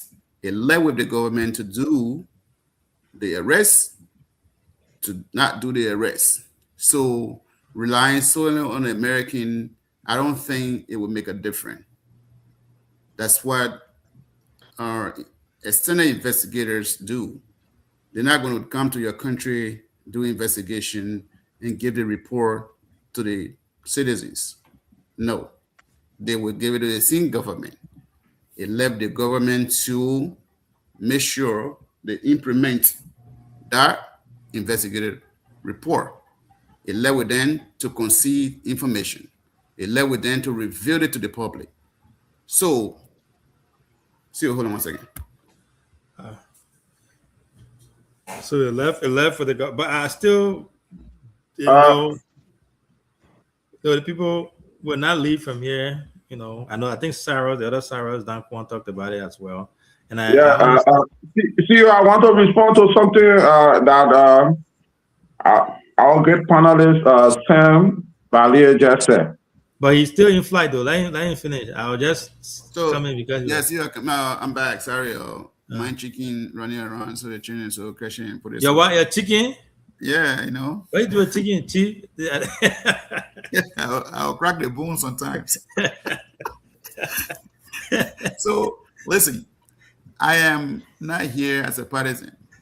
Unlike my young folks on this show, because they so much believe in the CDC thing, they will say anything politically. But what I want for them to understand tonight is that whether CDC, whether BRCA, this is drugs issue we are discussing. So when the great country like Mexico, when the cartel coopted the drug into the government is polluted. Mexico is struggling today to get out of this. This is a vulnerable society, loose society like Liberia. Almost everyone here is so greedy for money, so anxious for money, so eager for money. Love for money in this country listen, this folk can't do anything for money here. Vulnerable society like this, I think the cartel would just listen, let's pray to God will not even solve the problem. We need to stand up for this country so that one day the country cannot just be destroyed, because when drugs take over a country, it's difficult for it to go away. There are a lot of businesses, there are a lot of folks. I drive around, I see, my job in the US, I work both. I know what I did with the drugs people. I know once I see your attitude, I in the eye with you, I know exactly who you are. There are a lot of places, the drugs is there. It's everywhere here. Okay, so we need to carry to LD, and then we gotta talk. No, I don't. I'm just okay. I'm okay. I can tell you for sure there are a lot of places here. Yeah. It's not drug free. The money in this country. You could be an asset to the society, though. We're fighting drugs, so the expertise. The money in this country is what people say. Some people get money, they get money. It's not drug free. A lot of people in this country, they get it. They make money from drugs. So let's see how embarrassing it will be for this government if the American leaves and they leave the they report with them, and then if they don't add on it, let's see how it will be for them. But I can sit on the show to end this, on the show to tell my young people, if you think that I'm here to speak for sedition, I would never. Thank you. I've never been and will not be. If you think I'm here to speak for Unity Party, I've never been and will not be. How about ANC? ANC, our leader has killed the spirit of ANC. Right now, he had turned to barely, I would say, Dave, just for the better, lack of choice of word, it turned to a political prostitute. I saw him taking picture with George Ware, praising George Ware, the man he heavily criticized yesterday. Sometimes consistency pays a lot. Well, the consistency he did, he went from 7% to 1%. No, so what happened in the election, we do know. But for him to be the man heavily criticized, for him to be praising him today, it's embarrassing. I know sometimes I saw some of my ANC group the last time I see you guys making the man confused. He's a very embarrassed man now. But Sarah, before we go to Amma, politics, when you read politics, that's how politics work. Even in the United States. The current vice president of the United States was one of the main opponent to our opposition to Trump. He went after Trump on almost everything. Guess what? He's Trump vice president today. So in politics, as they say, permanent that's enemy. Right. They were in the same party. They were in the same party. But he was hitting him though.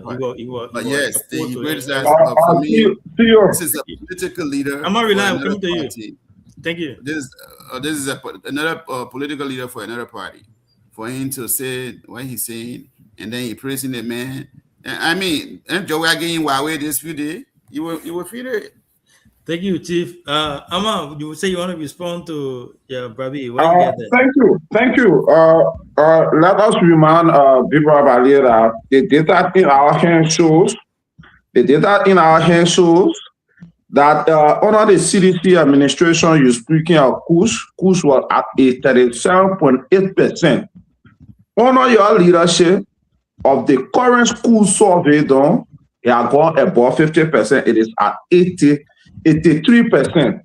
When you guys deny the report, Al Jazeera did a comprehensive report on Kush in Liberia. It's still on Al Jazeera page right now. I can refer you to the date in July. Kush is at a whopping 90% of the young people all around Monrovia and in the major city that they did it. The intake of Kush have increased. That shows that your government has failed and you start down on a platform to misinform the Liberian people on the data on hand. With the data and the current over $500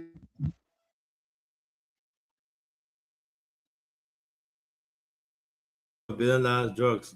So Sarah, you don't want playing with the main thing now. We got a man trying to erase some checkpoint, and then the man doesn't have Starlink. You can't allow Joe Ware to buy Starlink for him. But the man providing data, man.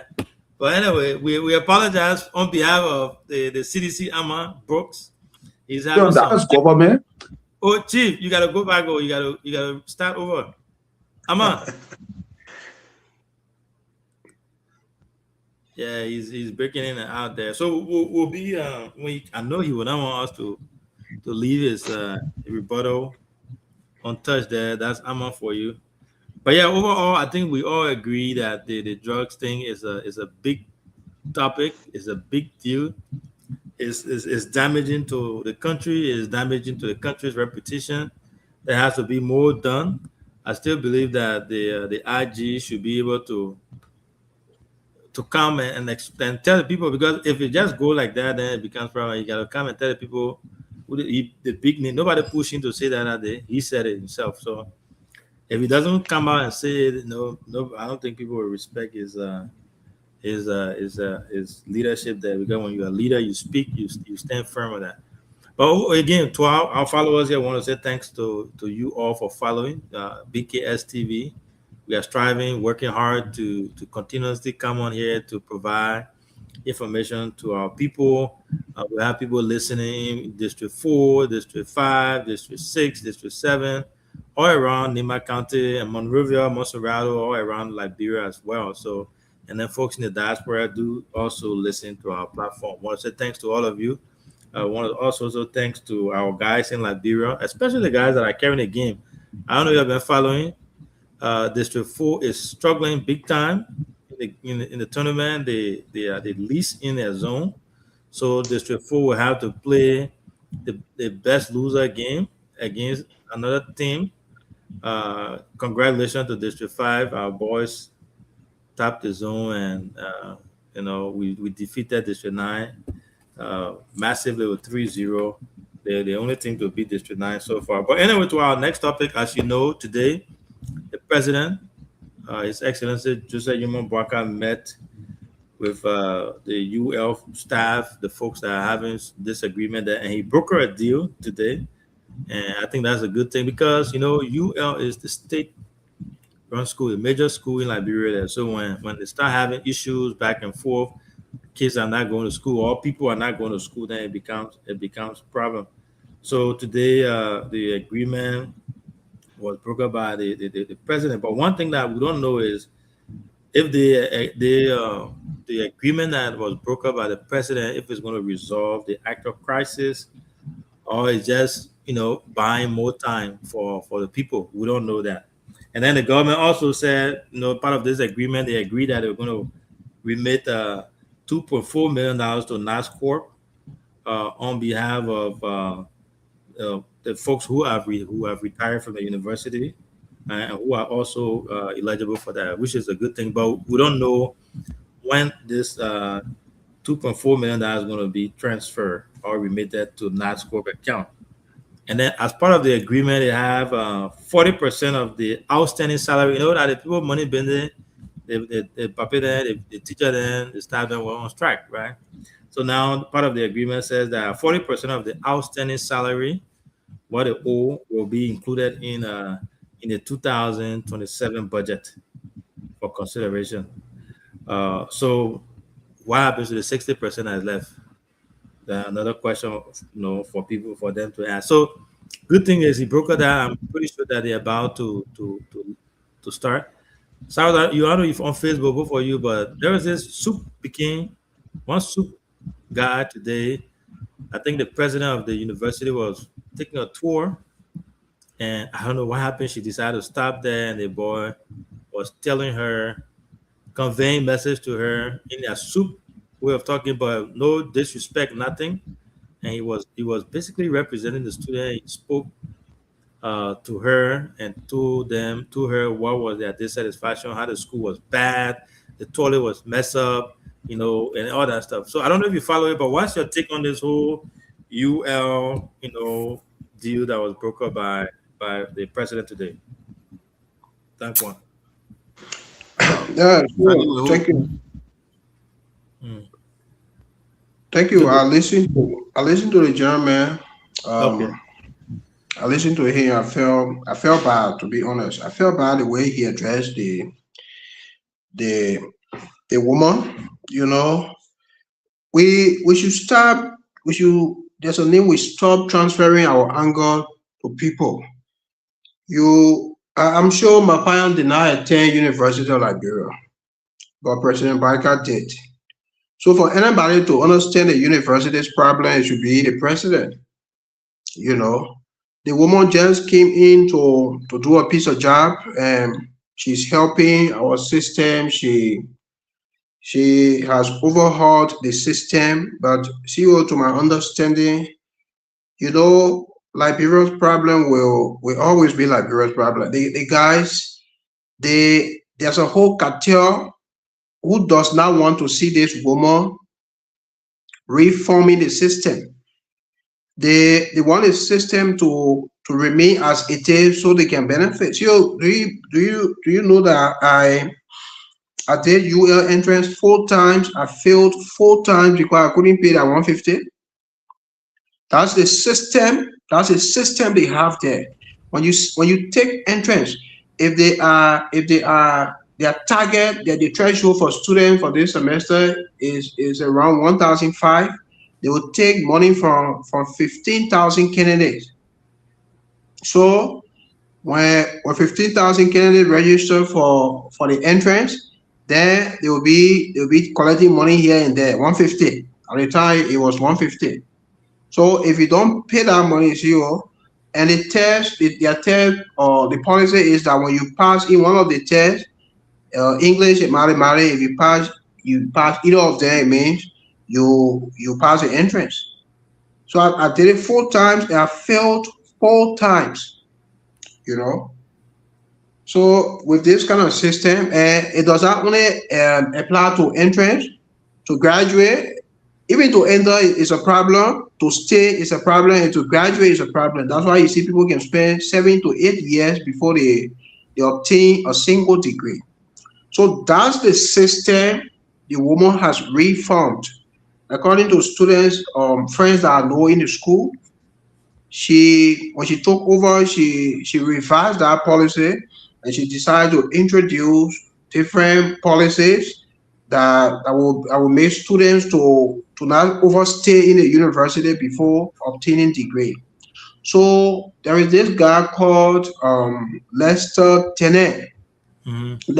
Lester Tenet, this guy, I think to my knowledge, he was supporting George Weah at the time. He was a seditious, and he needed certain job at local. And because the job was not given him, he decided to be throwing tantrums at George Weah here and there. So, it makes Biker happy when people insult Weah. So all of a sudden, he gave this guy a job at the university. So this guy is becoming the main trouble for our institution right now. I spoke with a guy today. He is in a senior class. I spoke with him today. I asked him about the happenings at the university. He said, "My brother, as long as Lester Tenet is here, you can even do whatever you want. There will be no peace at this institution." Lester wants to ensure that this woman leaves the place. So he uses all sort of tactics. In fact, sometimes he pays people. You know that there are a series of text messages in the woman's phone that people can just, like, bro, most people don't register their SIM with those 2 GSM companies. People just get SIM card, they use it to threaten people. The SIM that are not registered, they just buy a SIM card, they use it, they send you text, they say, "I will do this to you, I will take your life, or I will do this to you." That's how the German been operating. So with that situation, it's a sad thing. It's a sad thing. And for me, I had thought when the president took over, I had thought that he was going to introduce real serious policy that will have the university to retain its status. My father told me, he said University of Liberia used to be one of the best in West Africa. Oh yeah, people used to come from outside of the country, from Ghana, everywhere to come to UL. When I went to Rwanda in 2021 to start school, do you know that they don't trust Liberian document in the East African region? They say they don't trust it unless the only way you will have the opportunity to attend their state-run University of Rwanda. When you graduate in a Rwanda university, then you will have the chance to use that document to attend their state-run university. But to get, like, for instance, you obtain bachelor degree at University of Liberia or any university in Liberia. If you want to apply for master's program in University of Rwanda, they will deny you on grounds that they don't trust our document. The same thing happened in Uganda here. They don't trust our document. There's an institution here, I think it's the best in East Africa. They call the Makerere University is the best. Every time Liberians apply, they reject us because they don't trust our. It's in Kenya, right? Makerere is here in Uganda. Yeah. They were my friend Gwe graduated from Gwe Tower, I believe. Yeah, I think Gafwa attended Makerere as well. Yeah, So that's how the system looks like, and the woman is trying her best. And she's trying to get rid of grade selling and things. I think somewhere around November, if you went on Facebook, you listen to individuals discussing grade issue, how to Belgium, yeah. So we are not the only people using Facebook. These are things that can circulate globally. So when people listen to this kind of thing, it appears embarrassing. Even when I got here, when I went on campus to do my registration, the woman asked me, when I was speaking, she said, "You are Liberian?" I said, "Yes." She said, "I'm told Liberian, it's easy to make your way with grade." I said, No. I graduated from Rwanda. She said, "Oh, okay." So it's embarrassing that our institution continue to be going backward while other institutions are progressing. And we need serious reform policies at the University of Liberia. So I just pray that the president, the new strategy they're using, it will materialize so our brothers and sisters back home can be able to obtain their degree.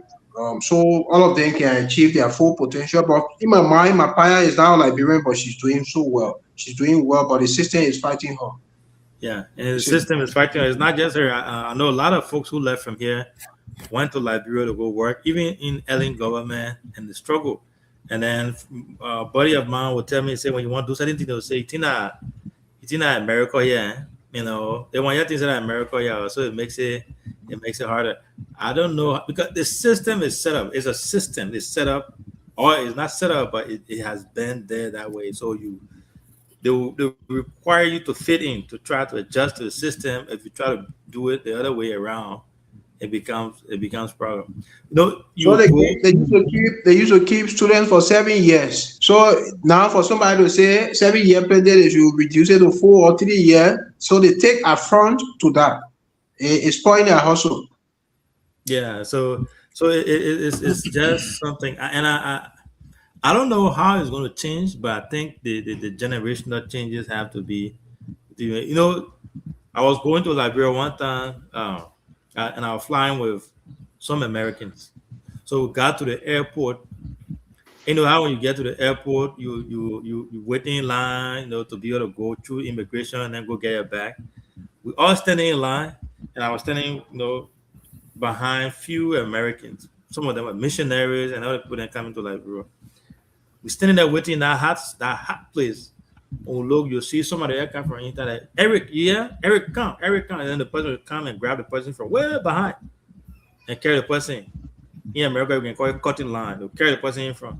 So we kept standing there. I knew what was going on because I'm from Liberia, so I know, right? But I just started feeling embarrassed for my country.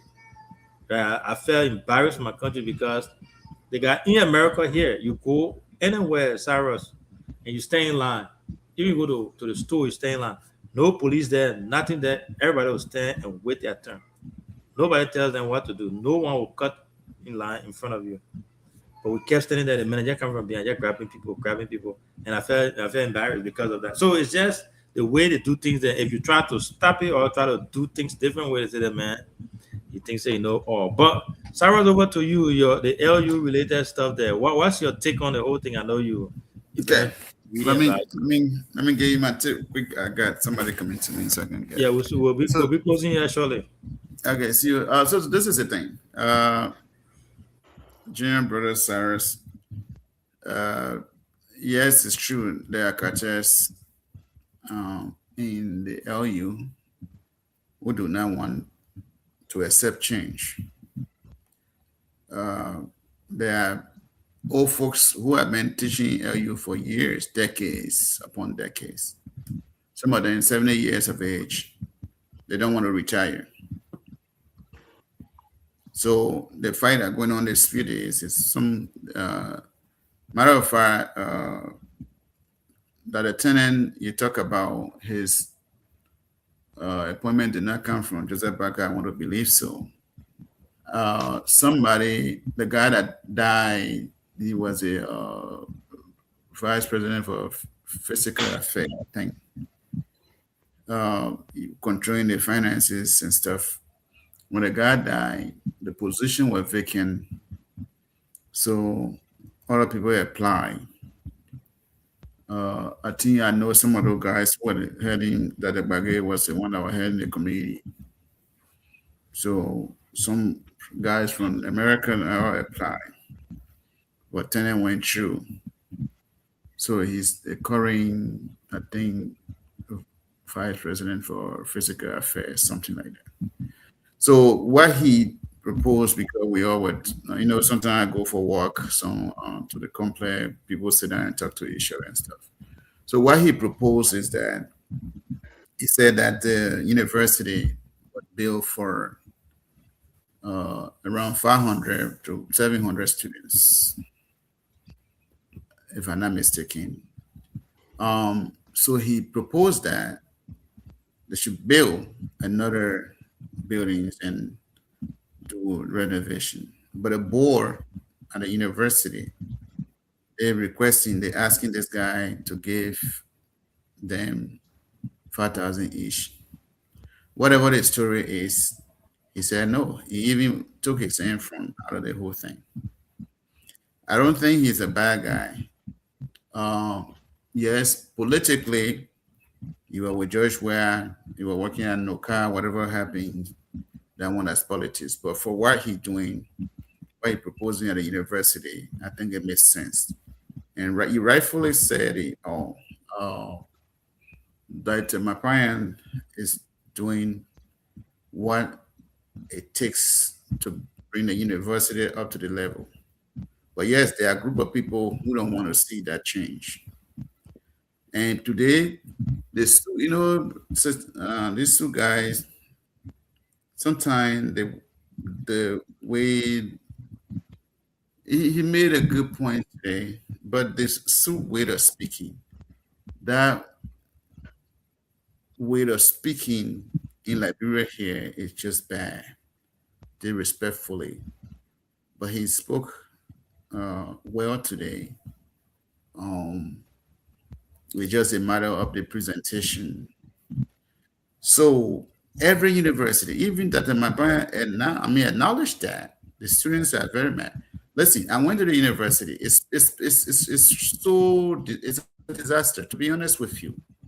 You can't have university leaking. You can't have a whole state university, no chairs, people just running up and down, the hallway leaking. I mean, people don't even cut grass. People throwing garbage everywhere. The lady said it. They said, "Why we can't clean up our university? Let it be clean." And that's not in the university alone. The dirtiness in this country is not in the university alone. It's not in the university. Listen, everywhere you turn, grass grow everywhere. Even I was shocked. The city of Bam. Let's say, for example, I went in Bam 2 or 3 days ago. See, the city is so dirty, grass growing, and then to myself, I said, this is not a government job to come and cut grass in front of your house. It just, the dirtiness is all across the country. And then I'm so embarrassed every time I travel in this country. I'm so embarrassed. See, growing up as a young man in this country, we used to brush even our own road from our own Bible road to Berkeley. We used to brush the road on our own. This thing you don't see it anymore. The dirtiness everywhere. People trash and put it anywhere they want to put it. Then they say government. So are you telling me in this country, government will come and clean up in front of your home? Is it possible? Everything is government. Where is cleanliness? The Bible says cleanliness next. Cleanliness, government, or whatever they say. But you don't know power. Don't go there. You know. I don't. It's a waste of time. Yeah. So don't play with our Is it cleanliness next to God? That what he can see. No, that's what I say. Don't tell me. They say cleanliness is next to godliness. Oh, okay. Thank you for the correction. I don't even go to church with my time. Yeah, then leave our church. If you go to church, no need for you to delve into our biblical references. See, to be honest with you, the dirtiness in this country, I will use that word strongly. Dirtiness in this country is skyrocketing every day. The cities, Campley. I was in Campley. Was a Friday. I drove through there. Campley that I know many years ago when we were growing up. Dirty. Then the people will tell me, say, Campley B. How is it B? We can't even see the B. You can't see the beauty of the city anymore. Everywhere dirty. They don't cut the grass. How about Sanikole? Sanikole, yes. I do it like this for Masu. Go. My driver that was with me is not from Nimba. It's from Bon County.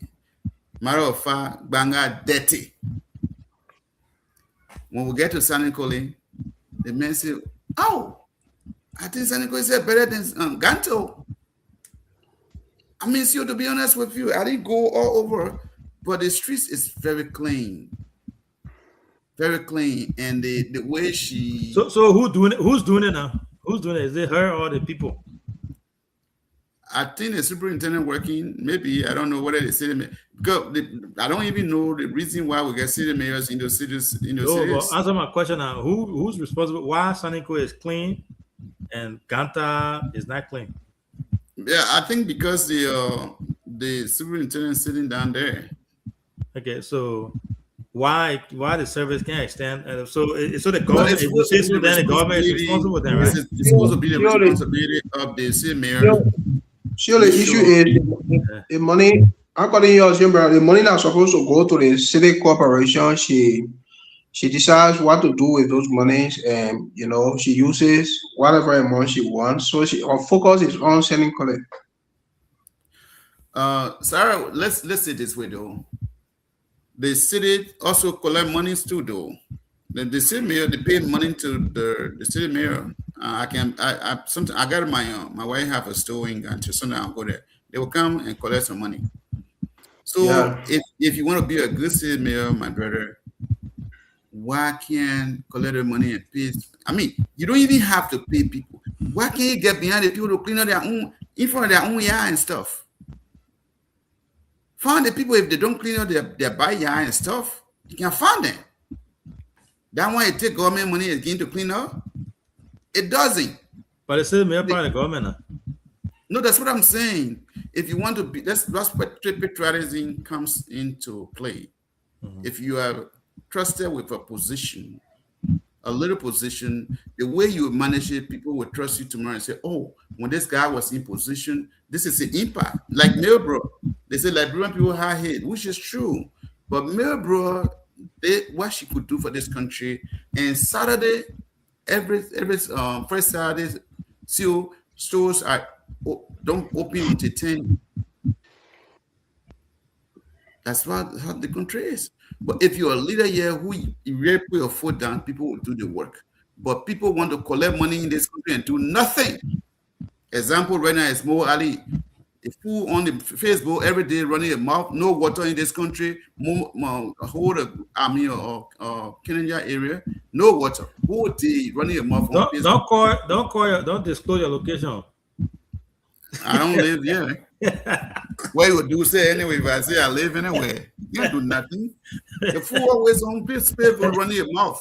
The job that he was crying for, they gave to him. No water in this country. What is he doing? If you want to be a politician, leave the position and just go run your mouth on Facebook thing. So the city mayors in our various cities, still this will be working. It does not require government to give you money to clean up your own yard. Dirtiness in this country is at a higher peak. So that's why the woman said, why we can't clean up our own campus? The campus dirty. It's leaking everywhere. So who's going to clean out the campus now? So that the question, who's going to clean it? And the children will clean the campus. And the government is cool. So our government will come and clean up your campus again. So who's going to clean the campus? Are the students going to clean it? Hold on now. When we're in school those days, it's the school response. The school can hire folks to clean up the campus. And also, this is the thing too. These students too, they drink water, they throw the plastic anywhere. So in this country, people listen, they will put the trash can, for example, right here.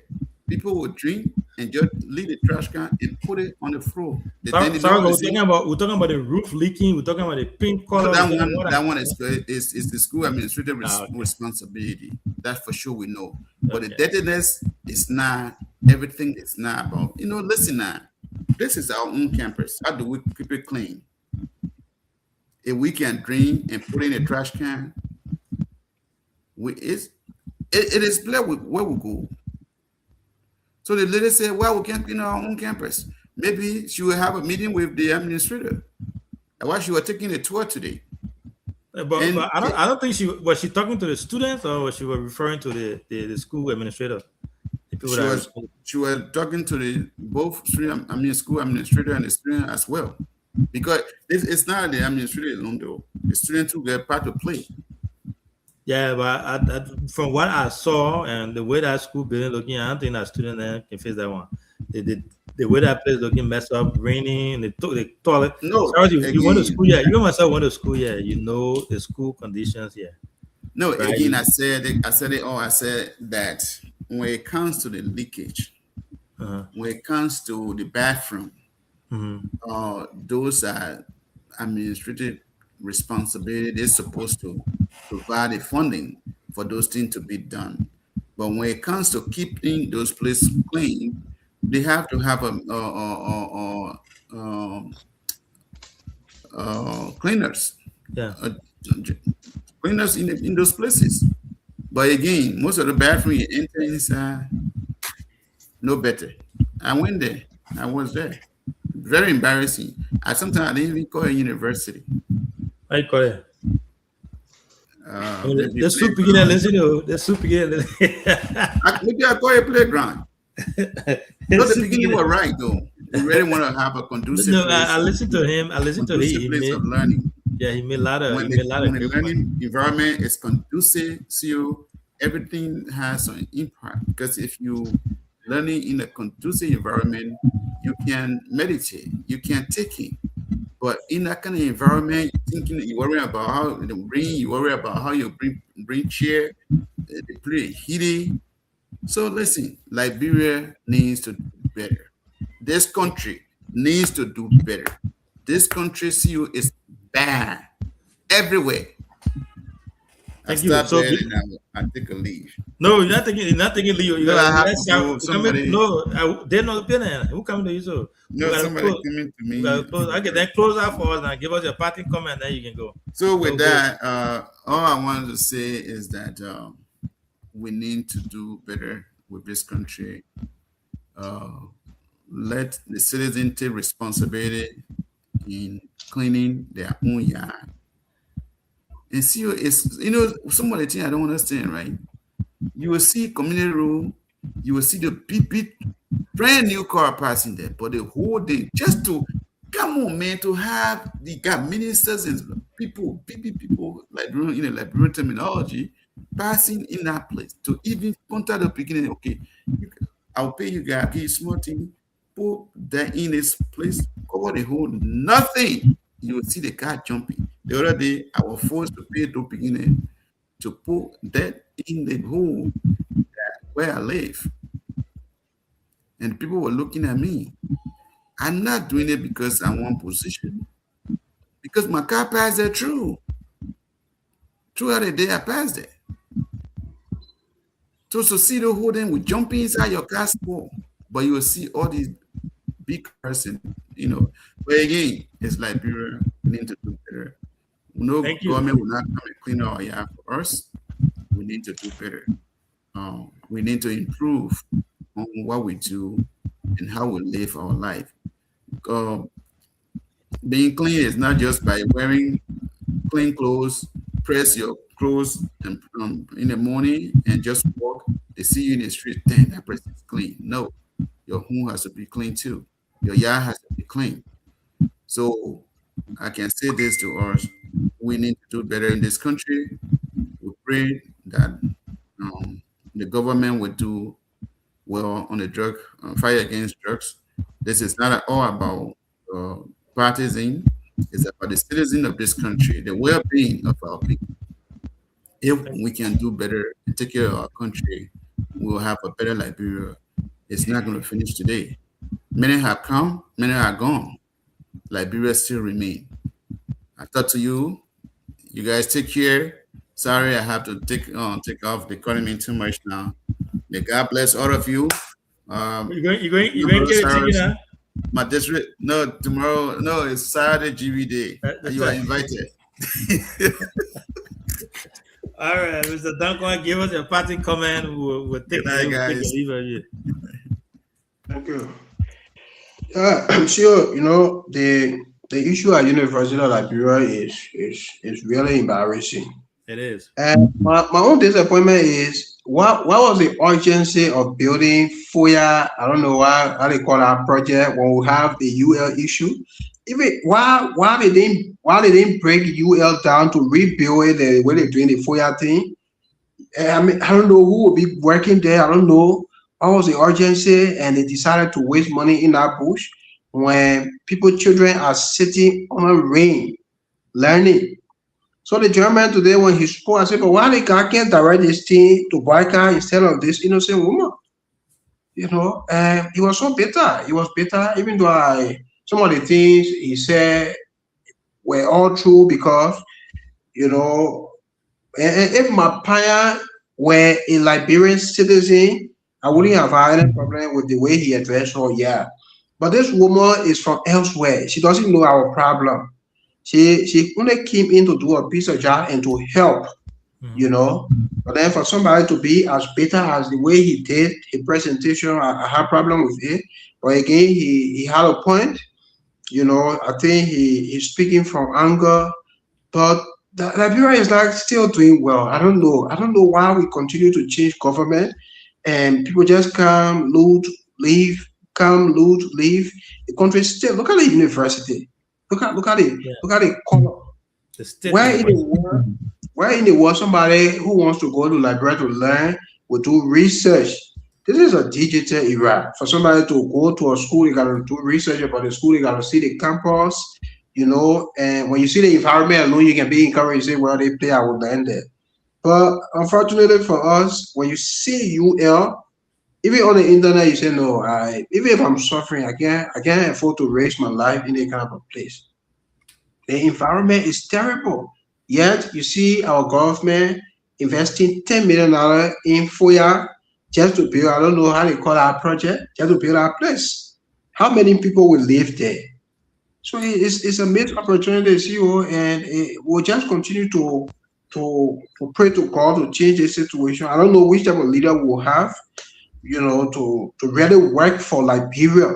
It's difficult. The UP and CDC team, if you weigh the two parties, you understand that CDC does not understand propaganda, but CDC did a lot of good job for Liberia.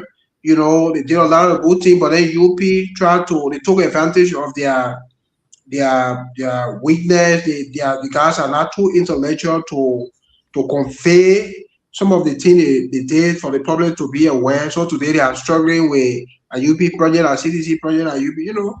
So it's embarrassing. And with the drugs thing, I pray that I thought it was a slow today. We talk on too many things, and I want Amara to use his connection. You imagine some of the sanction on CDC people that Amara they were behind it. So the same thing he did, he still has those connections. He can present his facts, even if he can't give his facts to the government, he can give the facts to the Americans, and they are not compromised people. They can use it to strike against these people. That's the only way the president will be serious. You know, right now you don't hear him talking about it. I think the retreat they had, you didn't hear him talk about it. The other recent stuff they had, you didn't hear him mention anything about drugs. So it means it's done. You know, and for Gregory to be passing around, like the people that were saying he was disappointed in Amara, Gregory who made a confession that people in government, top officials in the government are linked to the drugs thing. While the president knows that he's the one who appointed Gregory, and Gregory made that confession, a black guy that was serious president by now, he will call Gregory and say, who are the people you were talking about? Say their name to the public. That's how serious presidents behave. But I mean, with us, people just worship him. By the time you say something, they go after you. That's why Amara and other people are getting affected. You know, but it was a good show, CEO. Thank you. Yeah, and I appreciate the fact that you joined me and Saros and Amma as well. Amma having some technical difficulties there, but it was a good show. I really appreciate it. Thanks to our followers as well. We'll be back again tomorrow. I was supposed to be hosting Jefferson. What's his last name? Chisholm, the CDC man. Chelsea. Yeah, so you'll be our guest tomorrow. And then Wednesday we'll have Councilor Kani Ogbala on Wednesday. So it's going to be a great. We got this whole week. We got it loaded up to Friday. So thank you so much for coming, and also thanks to our followers for always being here. You know, you guys are always encouraging us and being with us. I know it's late in Liberia now, but you're still up all night to be with us. So we want to say thank you as we conclude tonight. We'll be back tomorrow. I wish you guys a wonderful night and a wonderful rest of the week. Good night.